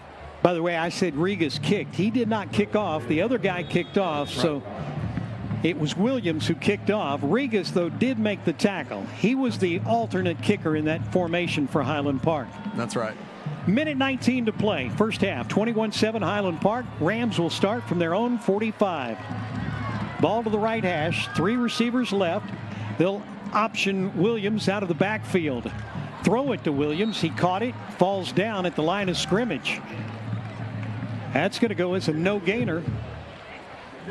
So Berkner's going to try to hurry here, but as we've seen, they're not as organized tonight as Highland Park, and it's taken a little while to get on the ball. They only have that 1 timeout left, and the clock's down to 1:15. Oh, it's stopped now, of course. That may have been an incomplete pass. I thought he caught it. That's what they ruled it. But I think they ruled it incomplete. The Scots with a little bit of change on their defense, trying to get everybody set right here. Quarterback throws it. This is going to be batted up into the air. Beautiful play by Daniel Turner to reach up, get his big paw on the football, and knock it out of the air. Incomplete. Third down. Highland Park may start using some timeouts right now. We've got 1:11 to go and a third down for Richardson. Richardson Berkner 0 for 3 on third down conversions. This is 3rd and 10. Cornell McGee again in its quarterback. He looks to the side. They're changing the play. Highland Park changing their secondary. Play clock. They didn't get it off. Nope. Well, they're going to let him have it. They're going to swing it to Jamari Williams. He'll get tackled. He didn't get back to the line of scrimmage, and coming up there to make the tackle, that's Jack Morris. Tackle for loss. And 4th down, 11. Timeout. Highland Park, their first timeout of the half. You look at that replay right there, brought to you by HP Wealth Partners. Tell you what, real guidance for real people, and that's a real tackle from a real linebacker. Jack Morris leads Highland Park in tackles. Had 48 coming into the game, 4 sacks, 4 quarterback pressures, and he continues to play lights out here tonight. Yeah, you know, Russell, it's tough to trick Jack Morris. When you run that screen, you're hoping that the linebackers will vacate, get back into their pass zones, and back up enough that the running back has time to get that ball in open field and maybe even get a blocker out in front of him. But Jack Morris, he does more than just vacate and get into his drop. He watches the offensive line, specifically the guard, and if the guard is letting the rush through too quickly, Jack has a lot of experience, and he knows that means they're probably doing it for a reason. And sure enough, if they dump it to that running back and Jack hasn't run out of there, I always like having Jack one-on-one with that running back, and he showed us why. 4th down situation. Berkner will go into punt formation. Kicker is in trouble. This is blocked. 38. Highland Park blocks it. It's going to roll out of bounds on the far side of the field. And for the Scots, getting up there to block it is Brant Williams. And the Scots will have the ball in great field position. They'll have it at the 41-yard line of Berkner. He dropped the football, and Williams got in there and is able to get his hands on it. That's exactly what Highland Park needed. You know, if they had gotten that punt off and pinned Highland Park down inside the 25, 55 seconds is pretty tough to move the ball 75 yards. But now that they've got the ball 41 yards away with 2 timeouts in their pocket and 55 seconds, I think we're going to see Highland Park open up the offense here, but they can also afford to run once or twice with those timeouts. 2 timeouts still for Highland Park. Peck to throw. Had a rush coming in. A nice back shoulder throw. Did he get it? Yes! Highland Park got it inside the 15-yard line. Parker Thompson makes the catch for the Scots. Move the chains. They've got it back into the Shelby American red zone. We're getting a look at it up here, Jay, and I'll tell you what. Warren Peck stood in there and took a huge hit just as he released the pass. He did. You know, he has no fear. Scots have it from the 15-yard line. Again in the Shelby American red zone. Snap it back. Option play. He'll pitch it. Actually up the right side. He'll get inside the 5. Going to be popped out of bounds on the far side. And Russell, in honor of the man of the night, I wanted to say even better there. Not only did he get the yardage, but he got out of bounds. So the clock stops at 25 seconds, and Highland Park's got the ball inside the 5. Well, let's see what the Scots can do now. Trying to add to a 21-7 lead. 25 seconds to play first half. And keep in mind, they have those timeouts, so they can run the ball. Holmes and Axley in the backfield. Warren Peck straight up the middle. He worked out of the shotgun, put his head down, barrels down to the 2. He will call a timeout, and the Scots will talk about it right here. Timeout. Highland Park, their second timeout of the half. So Russell, with 20 seconds left, Highland Park has 3 shots at it as long as they can stop the clock. One should be a run, one should be a pass, but hopefully they get it in the first one. But Coach Allen's got the troops circled up, and they're discussing it right now. I wouldn't be surprised to see them. Well, actually, they can do either. They just if they run the first one and use the timeout, then they'll be forced to make a big decision. But if they throw here on first down, then they can do whatever they like after that, and probably get all 3 attempts. How about this stat for you? Mike Maccabee, our statistician. Last possession of the half for Highland Park, touchdowns in 4 of their 5 games. Trying to make it 5 of 6 games right here. Boy, it sure makes a difference at the end of the half when sometimes the game is even closer than this, but if you can punch it in at the end, it just changes the momentum for a lot of ways. Highland Park's breaking that sugar huddle here. It looks like we're gonna see something straight up the gut. Here we go. Turn handed off. Running play, and Holmes is into the end zone for the touchdown.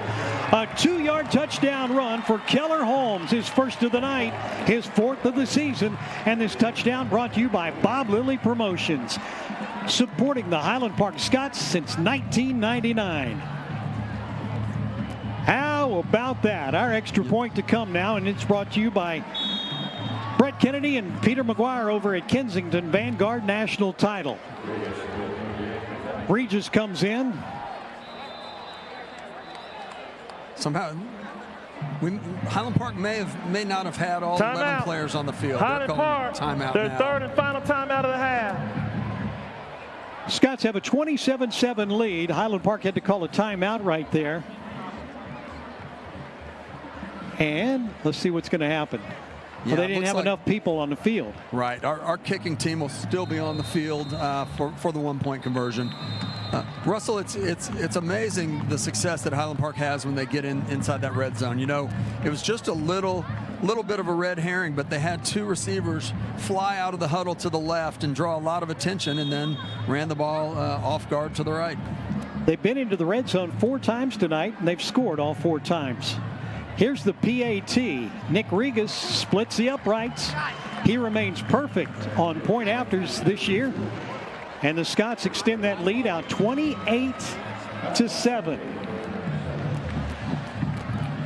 Well, Russell, a game that for part of the game felt like it was close. What really matters are those points on the scoreboard, and a 21-point lead feels pretty comfortable. And I think even though a few things didn't go the way the Scots had wanted that half, I think they've got to be happy, assuming that they can keep the ball out of the kick returner's hands, or at least keep the kick returner out of the end zone going in at the half. 28-7 would be a successful first half. Well, let's take a look at that drive for Highland Park. It was 64-yard drive for Highland Park for the Scots. Keller Holmes had 2 runs on that drive. I'm sorry, it's a 41-yard drive, 4 plays.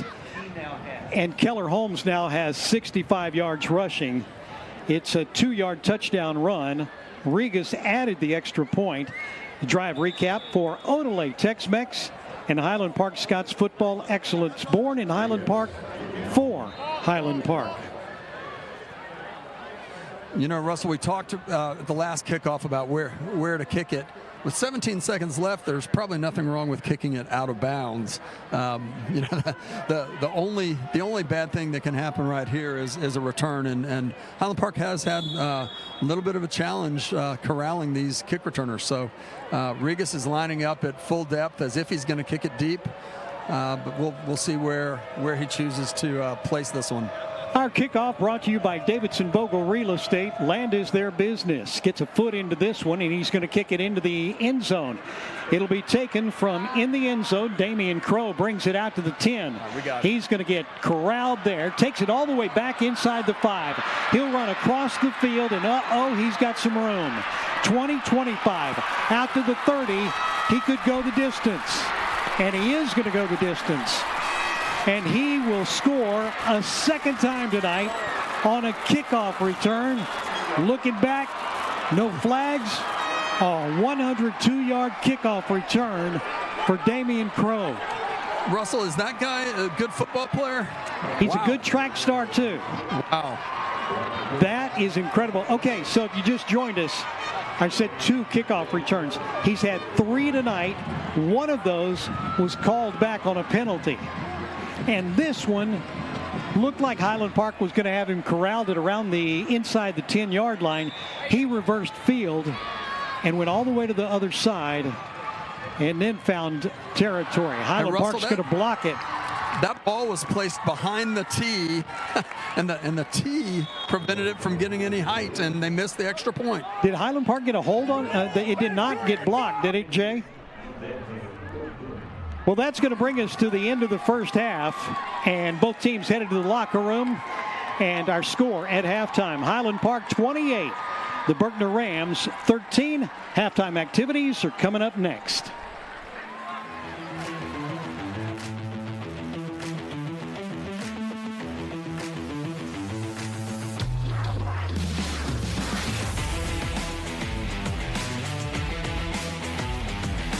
We've done both, new and pre-owned. It's the same experience. It's everything's the same. They make it too easy to even think about going anywhere else. Discover our wide variety of pre-owned vehicles at Sewell.com today. The best part about being a neighborhood bank is the neighborhood. It's the parks, the games, and the friendly faces we see on the streets and in our lobby. Because at Benchmark, it's not about numbers, it's about neighbors, our neighbors. Member FDIC, Equal Housing Lender. Scots find a way.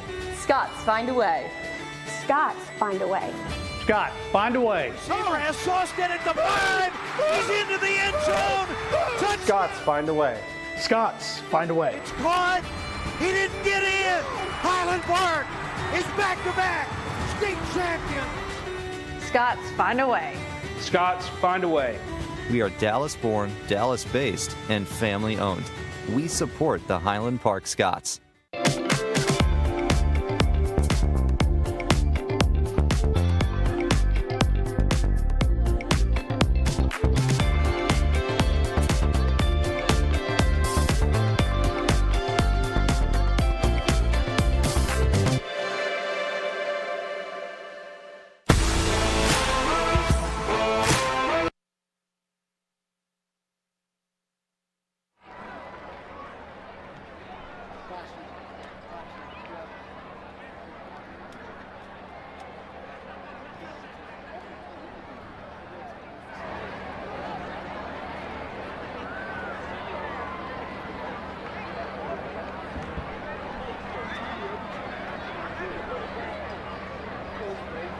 Good evening, ladies and gentlemen, and welcome to this evening's halftime entertainment.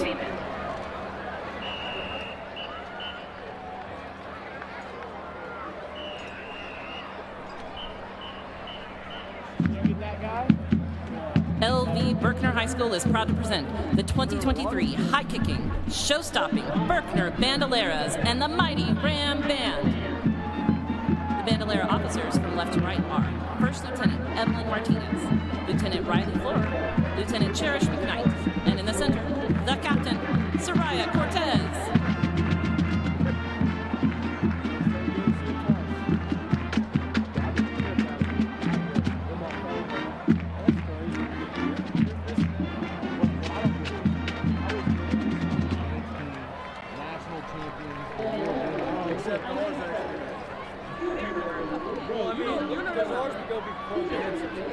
It's a little different because their mom and dads have money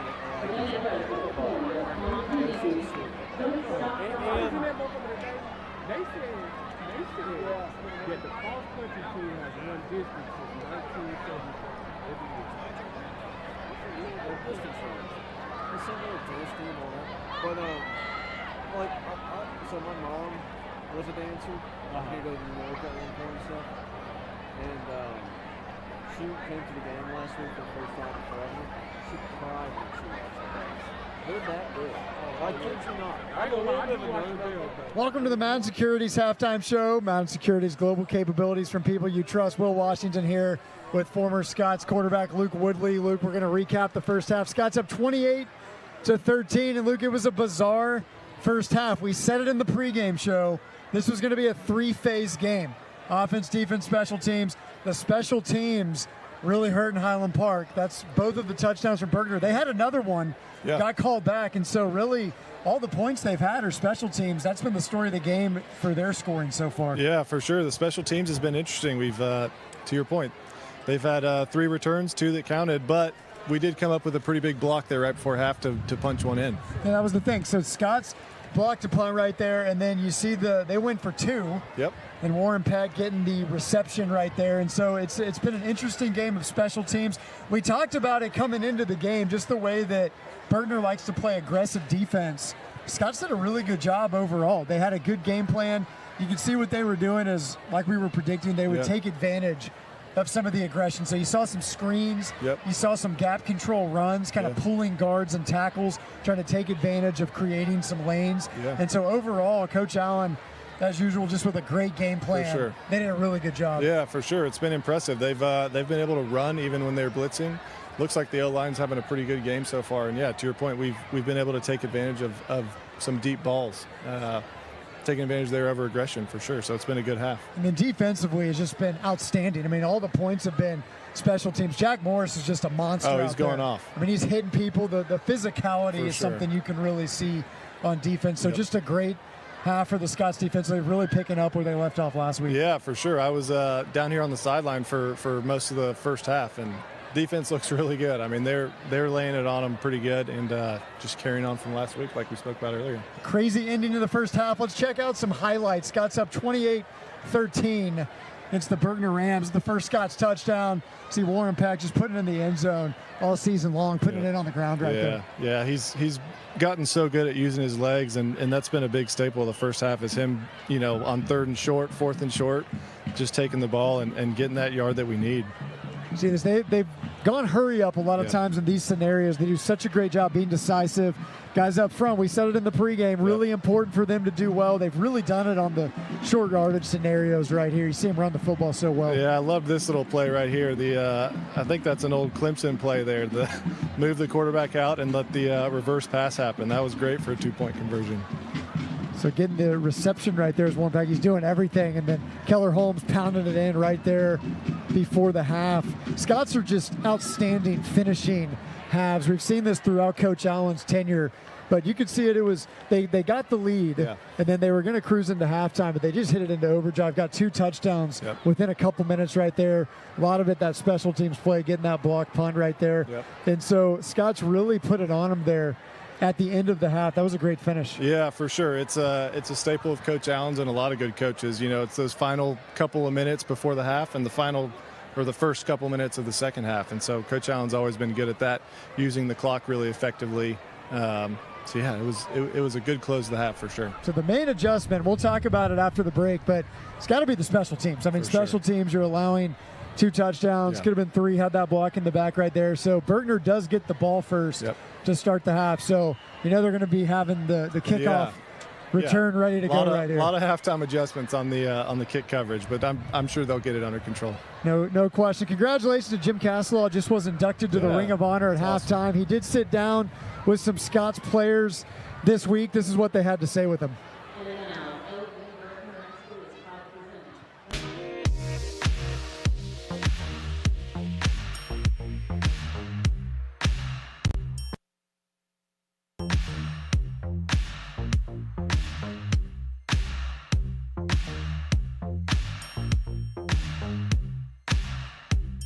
I always like to end with this question for everybody we interview. Every team that comes through here, every guy that comes through Highland Park wants to leave their mark on the program because it's such a storied program with a storied history that you want to be a part of it. We've got 2 juniors here, and Bryce and Daniel and Clark, I believe you're a senior.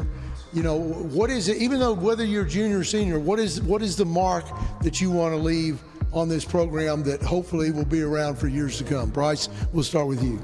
I want to make sure these young guys, like on the JV Blue, I want them to be on varsity next year. They're going to be on varsity, and I hope they can I hope I can teach them to be a better leader and be a better player because of me. Right, good thoughts. Clark, we'll go to you.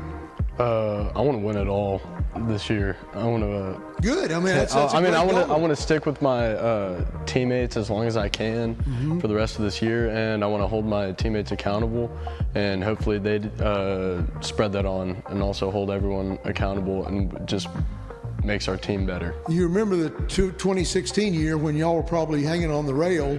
They lost two games in the regular season and then went on to win the whole thing. So that's not a dream that can't happen. I've seen it happen. Daniel, we'll finish with you. What kind of mark do you want to leave on this program? I like what Brad said. The next man up or next Scott up is a huge saying we have here. And we're not always the biggest or the strongest or the fastest, but we have a great tradition and culture here and really disciplined. That's just something I'd love to see carried on. Great thoughts. Well, guys, you fought through a huge obstacle last week, as we said, and came away with a massive win versus Jesuit. But now you face an even bigger challenge in the Berkner Rams. Your work ethic, I think you will agree, has gotten you to this point, and that's what you need to lean into to get you from here on out, just one play at a time. Tonight's player profile has been brought to you by Madden Asset Management, global capabilities from the people you trust. You're watching Highland Park football, sponsored by the Sewell Automotive Group, on the Game On Sports Network.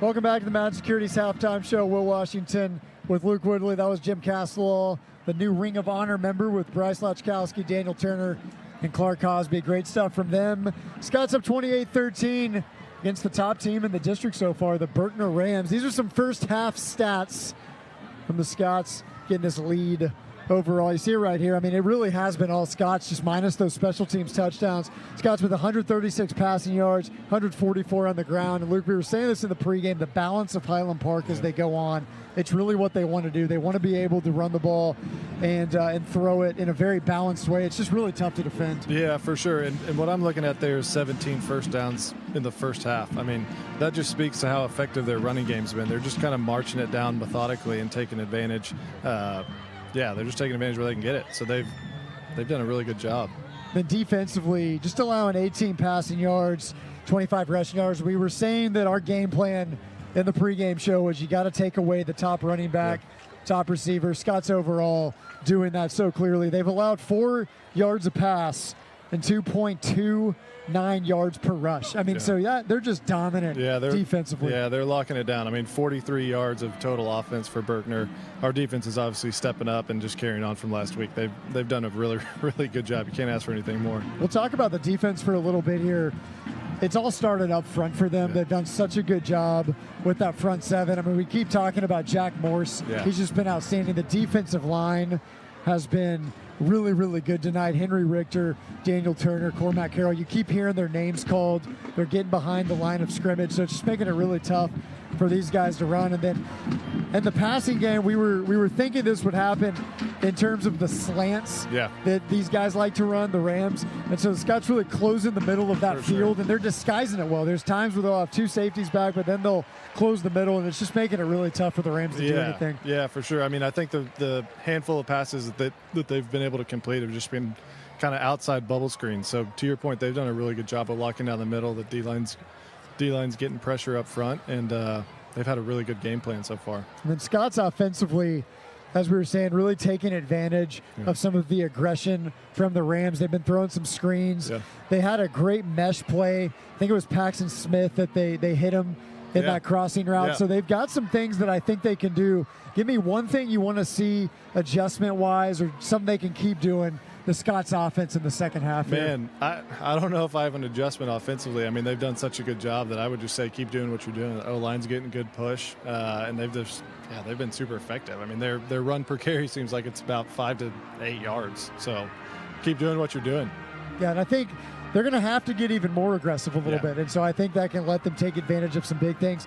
Defensively, I don't think we'd have many adjustments either. It's just been outstanding. Yeah, I mean, that's as good as you can do it. So, I mean, again, keep doing what you're doing. And then special teams, that's where we're going to want to see some of the coverage to be adapted a little bit. What do you think they're talking to them about in the meeting rooms right now? Man, I think staying disciplined to your lane. It looks like we kind of keep getting sucked into one side of the field, and they're able to cut it back and been able to score 3 times, 2 that counted. So I think it's just kind of lane control, lane discipline. The Scots up 28-13 here at Highlander Stadium at the half over the Berkner Rams. Coming up, it's going to be the Highlander Band and the Bells. We'll be back right after this.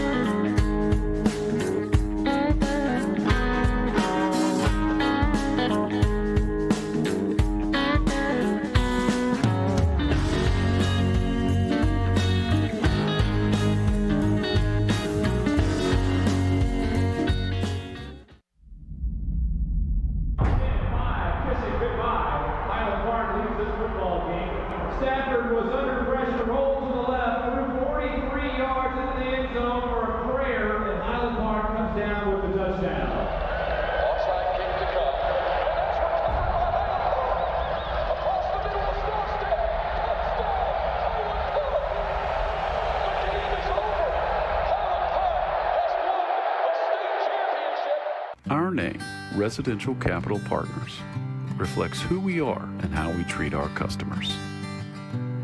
At Residential Capital Partners, we are dedicated to helping our customers build wealth through real estate. Residential Capital Partners, America's private lender. At Patmos Capital Partners, our focus is on one thing: serving people. Our team is hardworking, humble, and ready to serve our residents and wisely steward our investors' capital. Our firm is focused on buying real assets that appreciate over time. We buy in growing communities with a high amount of job growth and in-migration. With a deep network of broker relationships, we pride ourselves in offering our investors off-market opportunities with attractive, risk-adjusted returns. We add value by employing best-in-class management teams who are dedicated to creating a thriving community by putting its residents first. Our in-house construction teams operate with a high level of detail, speed, and efficiency, and improve our interiors and exteriors with a unique focus on design and new amenities.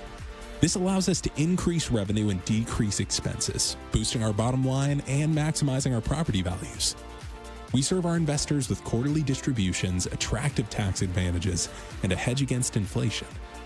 Interested? Visit patmoscp.com today.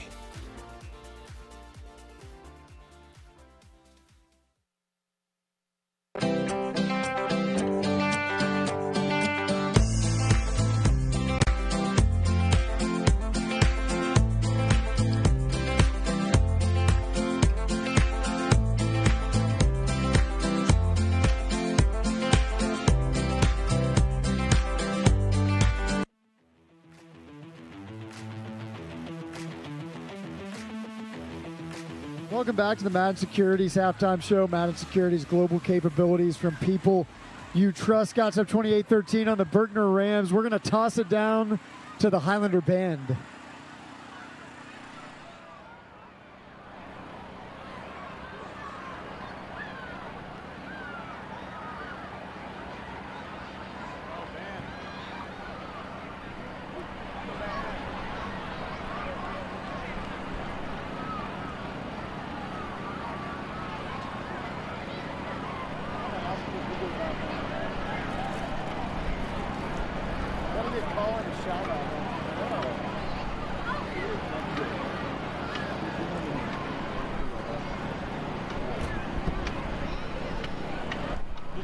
Just one.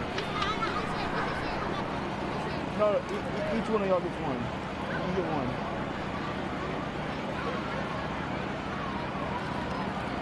Just get one candy. There you go. There you go.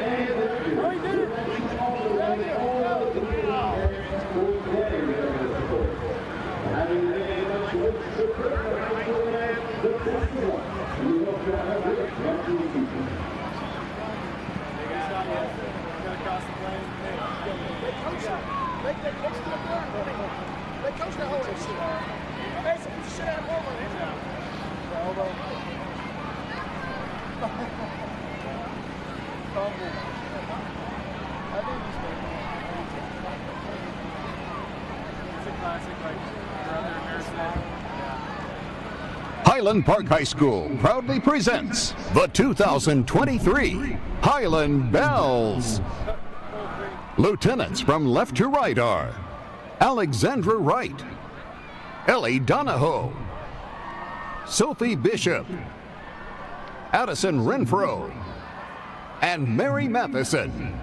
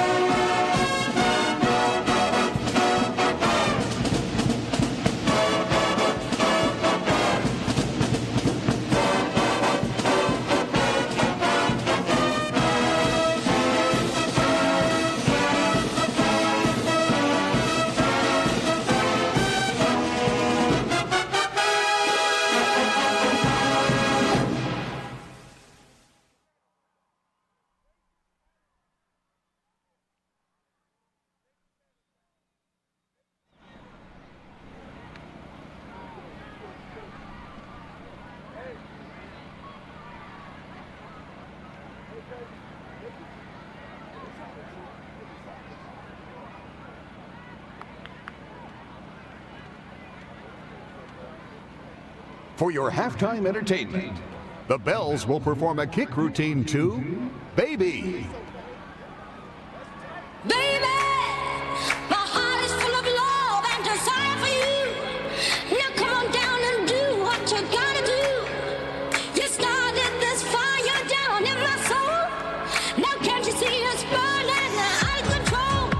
My heart is full of love and desire for you. Now come on down and do what you gotta do. You started this fire down in my soul. Now can't you see it's burning out of control?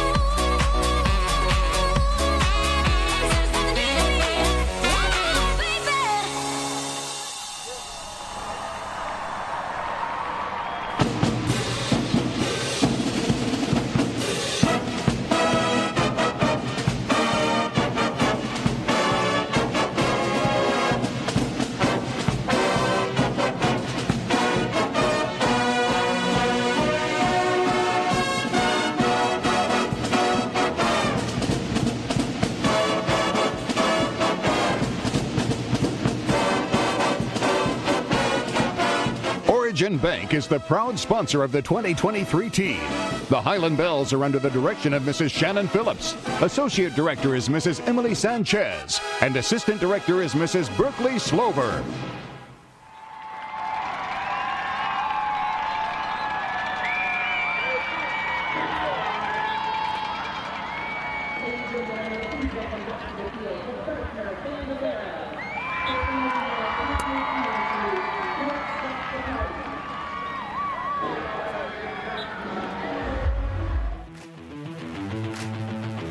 I put a lot of mileage on my car. So I am practically at Sewell every 3 months. Every single time that I go, it's amazing. Everybody is welcoming, everybody is professional, everybody is kind. It's just like easy, fast, right to the point. You're in, you're out. Cannot imagine being with anybody else but Sewell. Their customer service is absolutely flawless. I drive a Sewell. Discover our wide variety of new and L-certified vehicles at our Dallas and Fort Worth Sewell Lexus locations.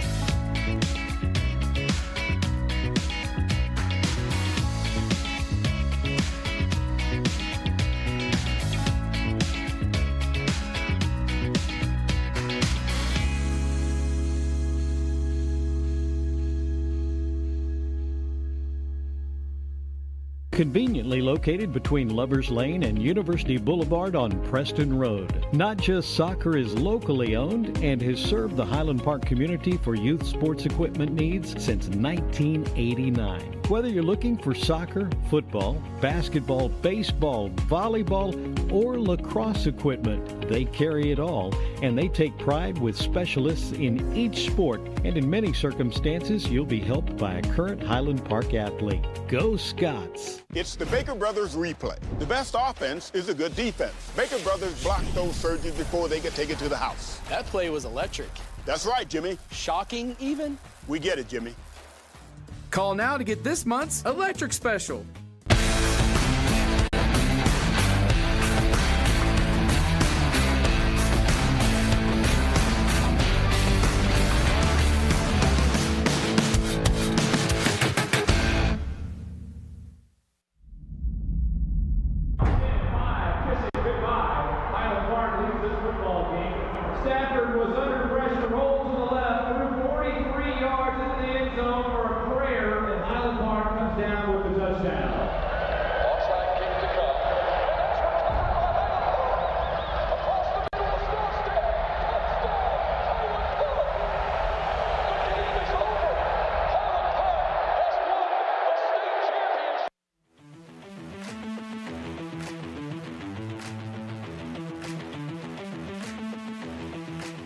Well, back at Highlander Stadium as we get set for the third quarter to get underway. It was all Highland Park in that first half except for the kickoff situation.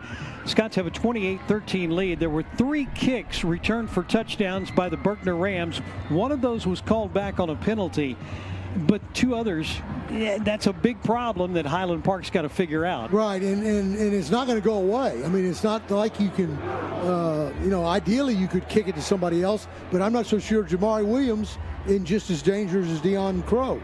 Let's take a look at the first half stats. This one for Highland Park. Boy, look at the total yards. 280 to 43. Only 18 passing yards for the Rams to Highland Park's 136. 1 first down for Berkner. And 17 for the Scots. And the penalties, 4 of 35 Highland Park, 7 for 58 for the Rams. And again, one of those forced the touchdown to be nullified. Nobody's turned the ball over as of yet. Highland Park had 3 turnovers last week, so they've corrected that issue.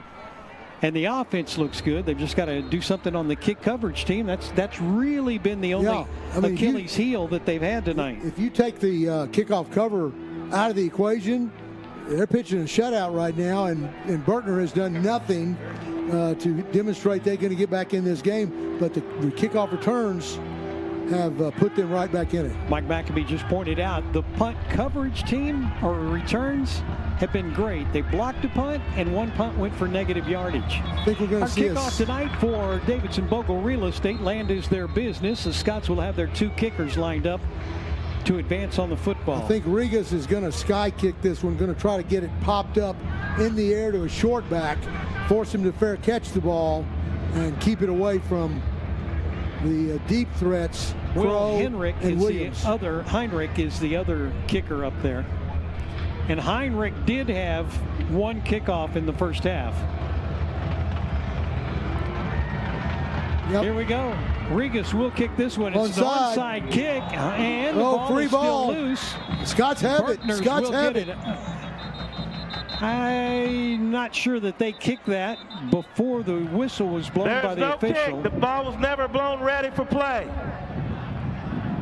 Well, there was some major confusion because the sideline officials were ready for play, but the deep official was not.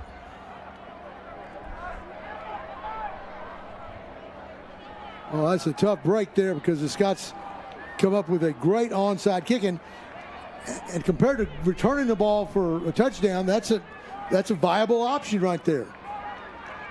Well, we'll have the re-kick now from the 40-yard line again. Again, there's no penalty because they kicked it before play was signaled to start. So it is not a delay of game. And again, it is good to be with you tonight. I'm Russell Scott along with the Hall of Famer. He was officially inducted tonight into the Highland Park Athletic Hall of Fame. Am I saying that correctly? Highland Park football. We're going to ring left onside again. Here we go. Here we go with the onside kick. It's still on its way, and I think the Scots have got it. Axley got it. Wilson Axley is the guy who comes up with it, and Highland Park will have it at midfield. Wow. Officials are now huddling, but Axley comes out of the pile with the ball. There you see the advantage of two kickers. You can't overload one side or the other because you're not sure where it's going to go. This time it was Whitaker on the kick, wasn't it? I believe. Was it Whitaker or was it Heinrich? Maybe it's Heinrich. My mistake. Kicked it. We'll get a look at this on our Harris Orthodontics replay coming up momentarily, but there you see the referee. They're talking about where the ball should be put and whose ball it is going to belong to. Let's see what David Tucker tells us. We have illegal touching on Highland Park. The ball did not travel 10 yards. First down, Berkner. I'd like to see a replay on that. Yeah, legal touching. Well, the ball will not go to Highland Park. Here's our Harris Orthodontics replay. Oh, what an onside kick. I don't know if it went 10 yards. We might have touched it before it went 10. Again, our replays for Harris Orthodontics. They know how to tackle crooked teeth and how to bring you replays, too, here in the third quarter. Well, the ball goes to the Rams. They'll have it just across the 50-yard line. Here we go. Swing it out to the running back. We've got a flag thrown. 2 flags come in. It's going to go for no pickup right there. Jackson McCollum on the tackle for Highland Park. Jack McCollum running. Deion Crow out of bounds. Look for Berkner to get Crow more involved. The first play from scrimmage, second half on a jet sweep. They'll do that. They'll fake to him. Then they'll turn around and throw to him as he turns up the field.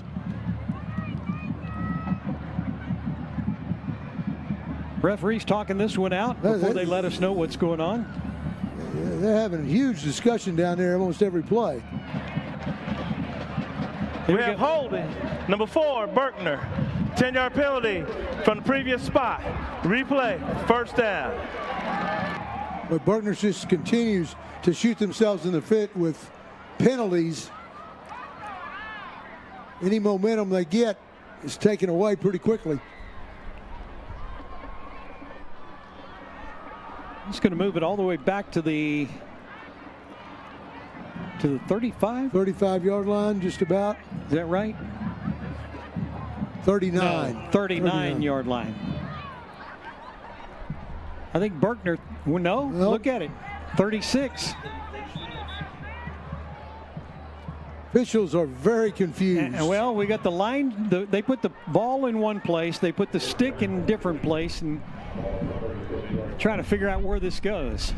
Now they're going to move it back to the 39. 39 is the correct spot. Now they're going to move it out to the 41. Okay. Okay, Mike McAbee, our statistician, says that is now correct. However you spot it, whatever you say, we'll call it first down and 20. Crow in the right slot. Keep an eye on him. Here he comes. McGee again out of the shotgun. We'll pitch double it back. Reverse. It's a double reverse. They're going to move this one around to Kobe Foreman. He won't get but 4 yards on this play. Scotts did a great job of staying at home and making the tackle over on the far side. And I believe that is going to be Wesley Winfield and Henry Richter who combine on the tackle. It's great defense right there. Hard to stay at home, but you see Richter get him high, Wesley Winfield get him low, and they turn what could have been a short gain into could have been a big gain into a very manageable 5-yard gain, 4-yard gain. More problems for the Berkner Rams on the far side of the field. Cornell McGee is being helped off of the field. He was injured in the first half, left for a series or two, and then came back into the game. He's going to be replaced at quarterback by number 13, DeMarcus Calhoun. Look at the bunch. Junior quarterback. Bunch trips to the top. Here we go. High snap. DeMarcus pulled it down. Now he swings it out right side. They were going to try a double pass. They fake that. They'll pull it down, and Damian Crow will dive forward for about 3 yards. Scots were not fooled. Cormac Carroll out there. Again, bad snap creates some issues for Calhoun. Cormac Carroll going all the way from his nose guard position to combine on the tackle with Henry Richter on the sideline. That was pretty close to a backward pass, too. Almost looked like a lateral. Rams are 0 for 4 on third down conversions tonight. 3rd and 14. They'll scrimmage from their own 47 from the right hash. They're not going to get the play off. They did not get the play off. They'll whistle them and move it back 5 more yards. And back into the game comes Cornell McGee. Their first time out of the half. They got the timeout call before the penalty flag was thrown, as the play clock had gone down almost to 0 when Trey Bryant was able to get the penalty, the timeout called.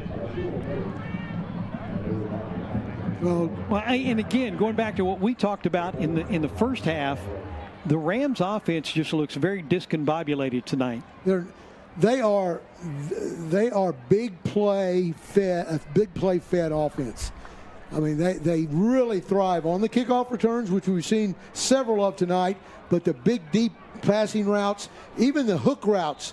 If Crow can take a hook route that's 7 yards deep and turn and go the distance before you can stop him, it's a great shot in the arm for the Berkner offense, and they're just not getting much of that tonight other than the kickoff returns. Well, 3rd down and 14. Rams will stack 2 receivers wide to the left side. They've got a tight end set to the left and a wide receiver to the short side of the field, way out there at the top of your screen. Quarterback wants to throw. Quarterback's in trouble. Quarterback's going to tuck it and run. Got the first down across the 50 to the Highland Park 48. Still on his feet. Whoa. And I'm sorry, he got back to the original line of scrimmage. He's still short of the first down by quite a bit. It looked like Jack Morris had him down 4 yards before he went out of bounds, but could not hold on. Now, this has been a problem for the Rams, punting the football. Yep. 1 blocked, 1 was kicked, but it bounced backwards and went for negative yardage. And a lot of times the problem is the snap. Let's see what they're going to do on 4th down right here. They're going to punt it away. They'll set up. Schindler's going to be deep for Highland Park. He'll stand inside his own 20-yard line. Nice snap this time. The punter will get it off. And that's going to take a Highland Park bounce. It's going to kick back like the first punt we saw.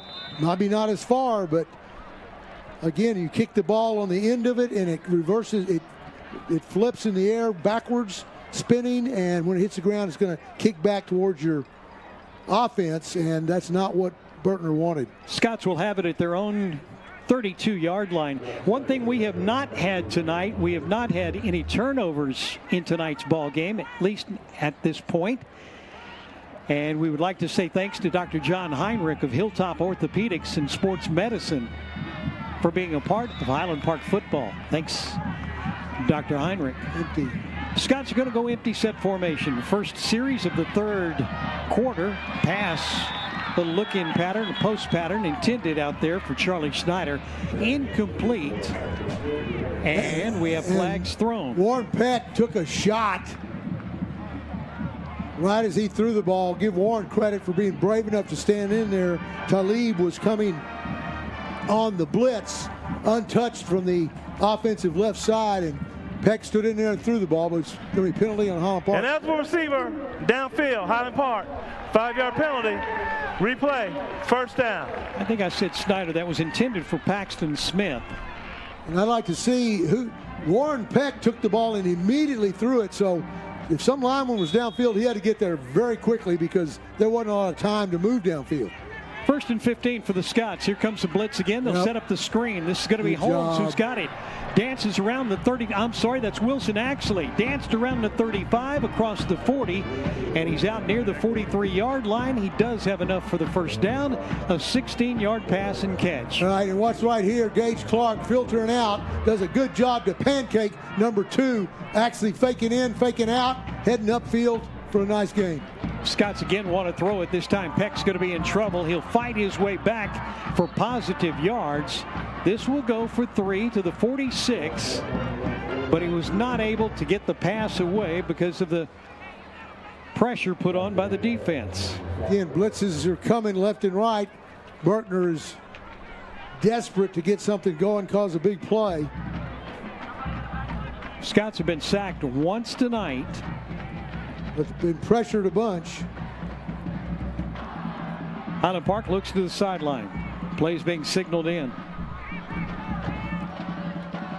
Peck again from the shotgun. Comes a blitz. Straight drop. Under pressure.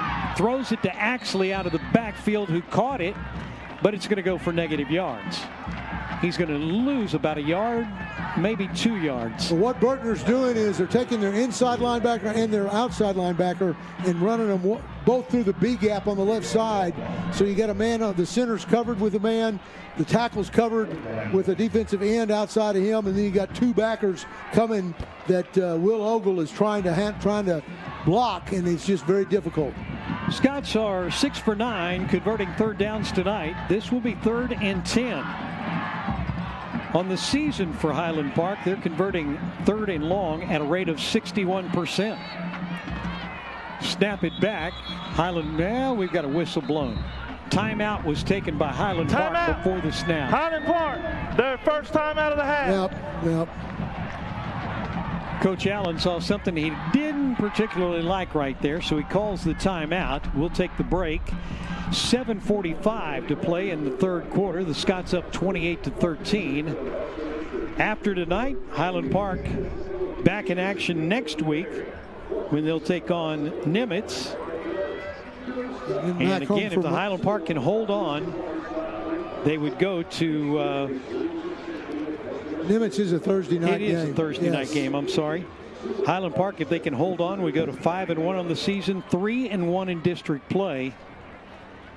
And again, we kind of alluded to this, talked a little bit about it in the pregame show, that this game goes a long way in district standings, district championship. Yep.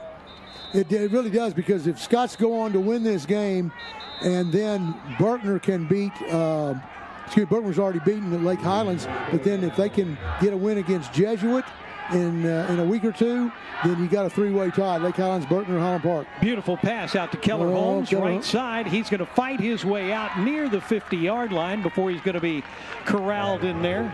Richard Ugachukwa will make the tackle. And 4th down now approaching for Highland Park. 4th and 4. Coach Allen goes with a 2-back set. Tempo offense. Here comes the blitz. Scots need 3 yards for a first. Looks like both inside backers and outside backers are going to bring the heat. Let's see. Let's see if Warren Peck doesn't punt this away. He will step back and kick it. And it's going to be fielded at the 30-yard line. Brought back out to the 35, and a nice tackle made right around the 42. That was Pickleman. Pickleman on a beautiful tackle right there after the punt was fielded by the Rams. Number 26 is the guy who caught it. That's Traylor Mitchell. Traylor Mitchell, but form tackle by Case Pickleman, just showing he could play some defensive line if Scots ever need him to. Well, the Rams will have it in pretty decent field position. They'll start at their own 43, their second series of the third quarter. Body language is not great right now for Berkner. It's a lot of standing around, a lot of looking confused, not enough people in the game. DeMarcus Calhoun stays in at quarterback, replacing Cornell McGee, the starter who went out with an injury. Inside handoff. This is Williams. Williams going to get hugged in there for a tackle by Jack Morris. He'll drop him after a couple of yards on the pickup. Morris waiting there. Defensive line eats up the offensive blockers. Morris has got a one-on-one with Jamari Williams, which is not necessarily easy, and he faces him up and brings him down. Highland Park's got an defense that's only allowing 339 yards of total offense per game. They've only given up 56 yards of total offense tonight. Williams again on the handoff. And that's out near the 47, 48-yard line. That's Wes Giese coming in to make the play inside because Berkner had a tight end to the left and no wide out. So Giese slid down, and when the counter play comes back his way, he knifes in to make the tackle. Nice play, Wes Giese. This time they'll send 3 receivers wide to the left side. I'm really surprised that Berkner has not tried to go deep to Damian Crow. They're isolating him, single coverage on the right side. Let's see what they do here. Rams are 0 for 5 on third down conversions tonight. This is 3rd and 6. Calhoun to throw across the middle. That's going to go off the receiver's hands and incomplete. Damian Crow, the intended receiver, And 4th down and 6. Most likely a punting situation now for the Rams. And again, if the quarterback, which has got now Calhoun for Berkner, can get that ball down, it's trouble because the Crow's got a head of steam headed across the secondary. Scott's had great coverage there, but Crow is just that dynamic. Well, they're going to go for it on 4th down. Little bump coverage on Crow now. They need the Highland Park 47-yard line for a 1st down. 3 seconds, 2 seconds. They did get the snap off. Calhoun steps back. Now he's going to tuck it and run with it. He won't get back to the line of scrimmage. Sir. He gets knocked down, but couldn't get back to the line of scrimmage, and trying to get a number on it. Was it Richter? Henry Richter on the tackle. Henry Richter showing what he can do right here. Look at the push Daniel Turner gets along with Richter, and then Richter comes off his block, is able to corral Calhoun from behind. Scots take over. Highland Park does a nice job to stop the Rams, and that'll set Highland Park up with their best starting field position of the night. The Rams 45. 5:40 to go, 3rd quarter, 28-13. Here's a handoff. Holmes looking for a place to run. There are Rams trying to strip it as they finally take him down after a 3-yard pickup. Caden Alcorn on the tackle. 2nd down. Still coming hard, that defensive line for Berkner. They're anticipating some type of throw from the Scots, but Coach Allen's not giving it to them. 2nd down, 7. Comes a blitz. Here comes the blitz. Play action. Warren Peck rolls right, throws on the run, incomplete. Nearly intercepted by Richardson Jeremiah. It was intended for Brian Rapp, and it's an incomplete pass. 3rd down, Highland Park. Warren does a good job, right? Warren Peck does a good job to extend the play right there. Protection breaks down, scrambles out to his right. Thought he could get it to Rapp, but a good break by Jeremiah prevents it. Scots are 6 for 10 on 3rd downs. They need the 35 to keep the drive alive. Peck straight drop back, swings it out to Holmes, right side. Got a block. Now we've got a flag. Even if he gets it, this is likely coming back. Look at Keller Holmes go. Look at him go. And managed to stay on his feet. And he picks up he picks up yardage all the way down to the 23. But again, we've got lots of flags out there. Lots of laundry, as they say. I think all the officials were calling the same thing, because there was a block in the back about the 40-41 yard line, trying to spring Axley. If they didn't if they didn't know each other before the game, these officials know each other really well now after all the talk that they've had. They're going to invite each other over for Thanksgiving. Let's see. I believe this will go against Highland Park. No, wait a minute. He's looking at Coach Allen, so. Coach Allen's down here. Okay. He was looking. We might have offsetting. Maybe we missed something besides the block in the back.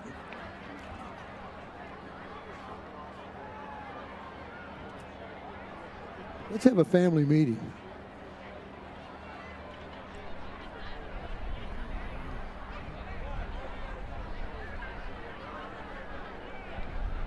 Okay, here we go. Nope. I thought here we go. Yeah, really. That's where we need Jay Ellis says, want to get away? On the play, both on Highland Park. We had a blindside block, number 76. That penalty is declined. Blindside block on number 16. That'll be penalized. It'll be 15 yards from the spot of the foul. Replay, 3rd down. Don't hear it called a blindside block much. Most of the time it's block in the back, which I guess equates to a blindside. Okay, so why do they call it on one and not the other? How do they decide which one they're going to call it on? Did it have to do with the spot of where it happened? Well, yeah, which would be most advantageous for Berkner, probably. Yeah. 3rd down, 22 after they mark this all the way back to the 43 Highland Park side of the 50. Let's see if Warren Peck can light it up. Go deep. If the line can pick him, give him time. Empty set formation. Peck has time, goes long, and it's going to be over Wilson Axley's head. And incomplete. Scots will face 4th down and perhaps their first punt of the night coming. And Warren Peck took a shot after he threw that ball, and he gets banged around a bunch, but he did, again, shows his courage right there to stand in and throw that ball. Talib, number 5, is a guy putting consistent pressure in his face. Highland Park did punt once tonight. It was Peck. This is going to be Whitaker. He gets the snap, pulls it in, and is able to punt it away. Beautiful. And look at this roll. Beautiful. Bounces inside the 5, and Highland Park almost got it. Boy, Whitaker, you can't do it much better than that. That ball just toe stepped along the sideline. You thought it was going to bounce out any minute, but it never did. And Whitaker did an excellent job to stab that high snap, keep it from going over his head in the first place. Boy, he's getting a lot of attaboys there on the sideline. Scott's almost able to down it inside the 5-yard line. Did look like one of those Australian Well, it was a rugby kick. I mean, it is exactly why teams are going to the rugby kick, because the ball does roll like that. And I will tell you, late 90s, I had this conversation during a high school football broadcast. Why don't they teach them to kick with the roll? And the guy I was working with, not you, told me I was crazy. And what the heck's wrong with me? Why would you do something like that? Well, there you go. It only took 25 years, and finally they're doing something I suggested a long time ago. Here we go in the option play. Calhoun pitches out to Williams.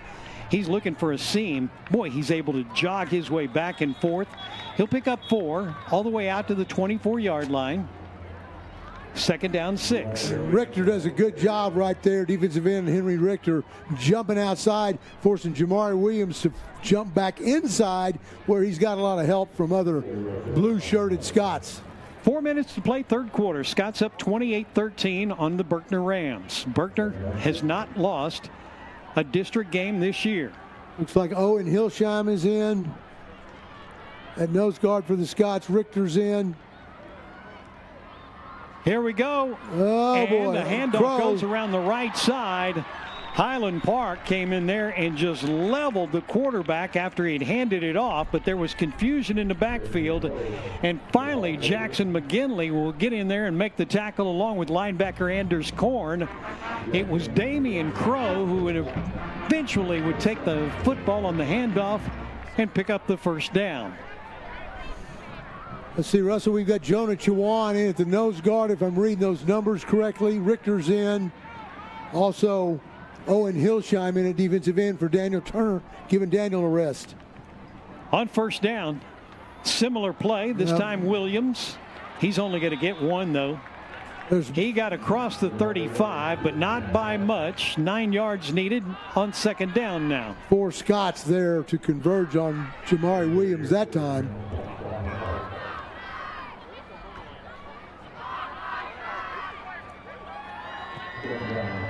How many 1st downs has Berkner made? 2 for the game? That's amazing. Well, we were at about 81 degrees when we kicked off tonight's game. We're sitting now at 76 degrees here in the 3rd quarter. I think the Scots were off sides. This is out to Crow, and Crow's looking for a place to run. Boy, he does a great job of turning around. He got hit out of bounds. Is there a flag? No, there's not going to be a flag thrown. Scots are fortunate right there. By the way, our weather updates tonight are being brought to you by Advantage Healthcare Systems. And again, it is 76 degrees. Really nice Friday night evening. There's a nice breeze down there on the field for a change. We brought that nice weather and that breeze in just for your Hall of Fame induction. Offsides. Number 11, Highland Park. Penalties decline. 1st down. So 3rd 1st down for Berkner for the game, and we're two minutes away from the end of the 3rd quarter. Scott defense has to be pleased with that. Play being signaled in from the far side of the field. We've got a tackle over to the left for Berkner. DeMarcus Calhoun out of the shotgun, turns, hands it off. Williams gets hit at the line of scrimmage, spins out of 2 different tackles. He'll get all the way down to the 40-yard line, and he's got another first down. Finally, Brady Ray, the safety, makes the tackle. And Anders Korn was the first man there, had the ball, was trying to rip it out of Jamari Williams' hands, wasn't able to do it. Williams spins, picks up another 5. Berkner goes up tempo again. Ball Whoa, stepped out. ball It's snaps. a high. It's on the ground. Ball's loose. It's being scrambled for. Scott's got it. Yep. Highland Park got it. First turnover of the night goes in favor of Highland Park. Let's see who comes out of the pile with it. There's 2 or 3 right there. That is Chawan. That is Jonah Chawan with the fumble recovery on the bad snap. Was he going to replay in a minute, and he deposits it in the turnover can. Turnover brought to you by Dr. John Heinrich. Here's that replay. See how high the ball is? Williams almost had it. Dr. John Heinrich brings you the turnover. He's with Hilltop Orthopedics and Sports Medicine. And Highland Park gets the ball at their own 43. Berkner settled down a little bit. Let's see if they can continue to press the Here Scots. comes the blitz. Oh, there's a boy. reverse. Scots would like to throw it, and it's going to be picked off. Intercepted, and that's going to be turned the other way. Taken all the way down inside the 10-yard line, and on the interception, Jacavius Kennedy. Is that Jacavius or is that 11? Okay. I'm sorry, it was number 8. Richardson Jeremiah then. And that was Park. We all had different numbers. And Highland Park trying to run the reverse to Parker Thompson, let him come around and obviously throw the ball, and just by chance Berkner's got 2 people in his face right when he takes the handoff. Well, the Scots had the turnover, and then they give it right back over to the Rams. Maybe we can get a replay while we're waiting for the offense to come back on. We can clarify who picked that off. Rams will have it at the 15-yard line of Highland Park. First time they've been in the red zone tonight, is it not? Second time. Let's see if the defense can step up. Turner, Richter, Cormac Carroll. Rams still have not gone over 100 yards of total offense yet. They're sitting at 95. Calhoun to throw. Rolls to the right side, looks downfield, lofts it into the end zone. It's caught. Touchdown. Wait a minute. We didn't get a signal. We've got a flag back here, and I believe it's going to go against the offense. Nope, there's a yellow flag. But it is not a touchdown. There's some confusion out there. They never raise their hands to indicate touchdown. Well, this crew, that is not uncommon. They talk about a lot. Down on the field, Jay Ellis, did you have a look at that? You know, I couldn't see it. It was to the far end. I don't know if you noticed, but Owen and I. Legal procedure. Moving, so we'll Number see 4. Hang on, Jay, stop. Berkner, 5-yard penalty. Replay. First down. So it's against the Berkner Rams, and they will bring it back and do it all over again. Jamari Williams, who caught the touchdown pass, was the one who was in motion. And again, Berkner shoots himself in the foot. Damian Crow's going to line up in the backfield along with Jamari Williams. He'll stand to either side of DeMarcus Calhoun. Works out of the shotgun. Okay, it's going to have to be a linebacker on Crow when he releases. Watch that. Takes the handoff. Calhoun to throw. Left side. Trying to get it to Crow. He caught it, but he's out of bounds. There's a flag down at the 5-yard line again. Well, we've been heavily penalized game. If it stands, it'll be the 16th penalty of the game. Even though Crow caught that out of bounds, a beautiful pass from Calhoun over the top of the Scots defender to Crow as he headed out of bounds. I was like, what? Here we go. We have holding, number 11, Highland Park, on an eligible receiver. 10-yard penalty, automatic first down. I think Wesley Winfield was who had the responsibility of picking up Crow, and he was doing everything he can to stay with him. Move the ball down to the 10-yard line. 1st and goal to go, Rams. 4 wide receivers, 3 left, 1 right. Jamari Williams in the backfield. And again, Calhoun was the starting quarterback a year ago. Calhoun lost this one into the end zone. It's going to be too far. Over the head of Kobe Foreman. Incomplete. 2nd and goal.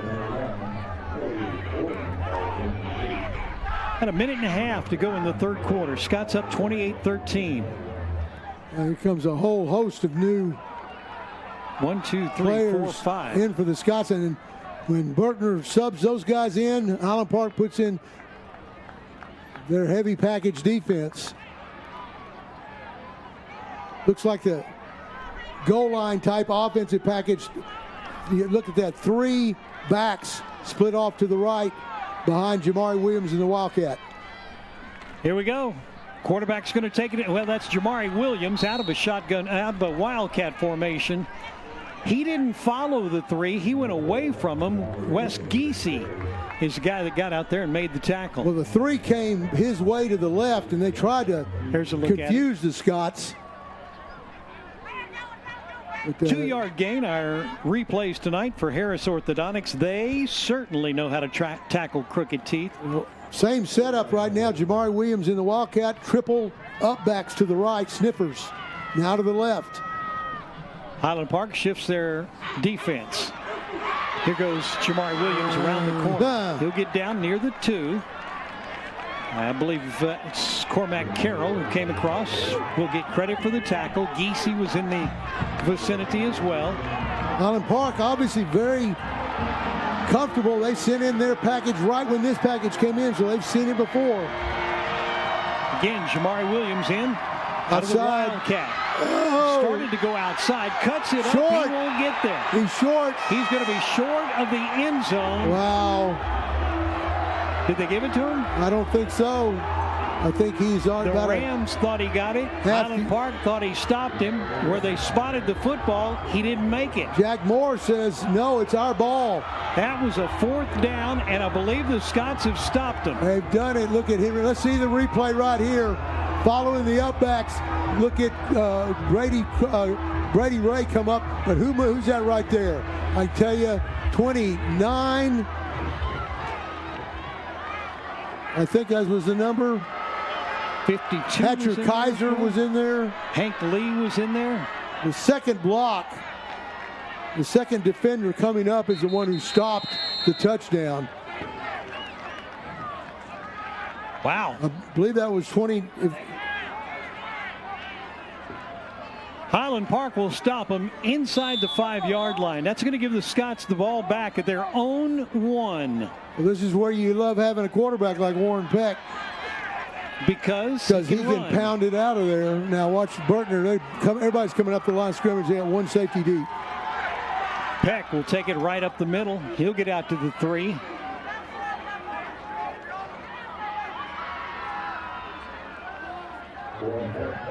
Well, that's going to take us to the end of the 3rd quarter. And Warren is Highland Park is still leading it 28-13. We'll take a break. We'll get the 4th quarter coming your way in just a moment. You're watching a Highland Park football, and the Scots with a 28-13 lead on the district leading Berkner Rams. Peck's upset.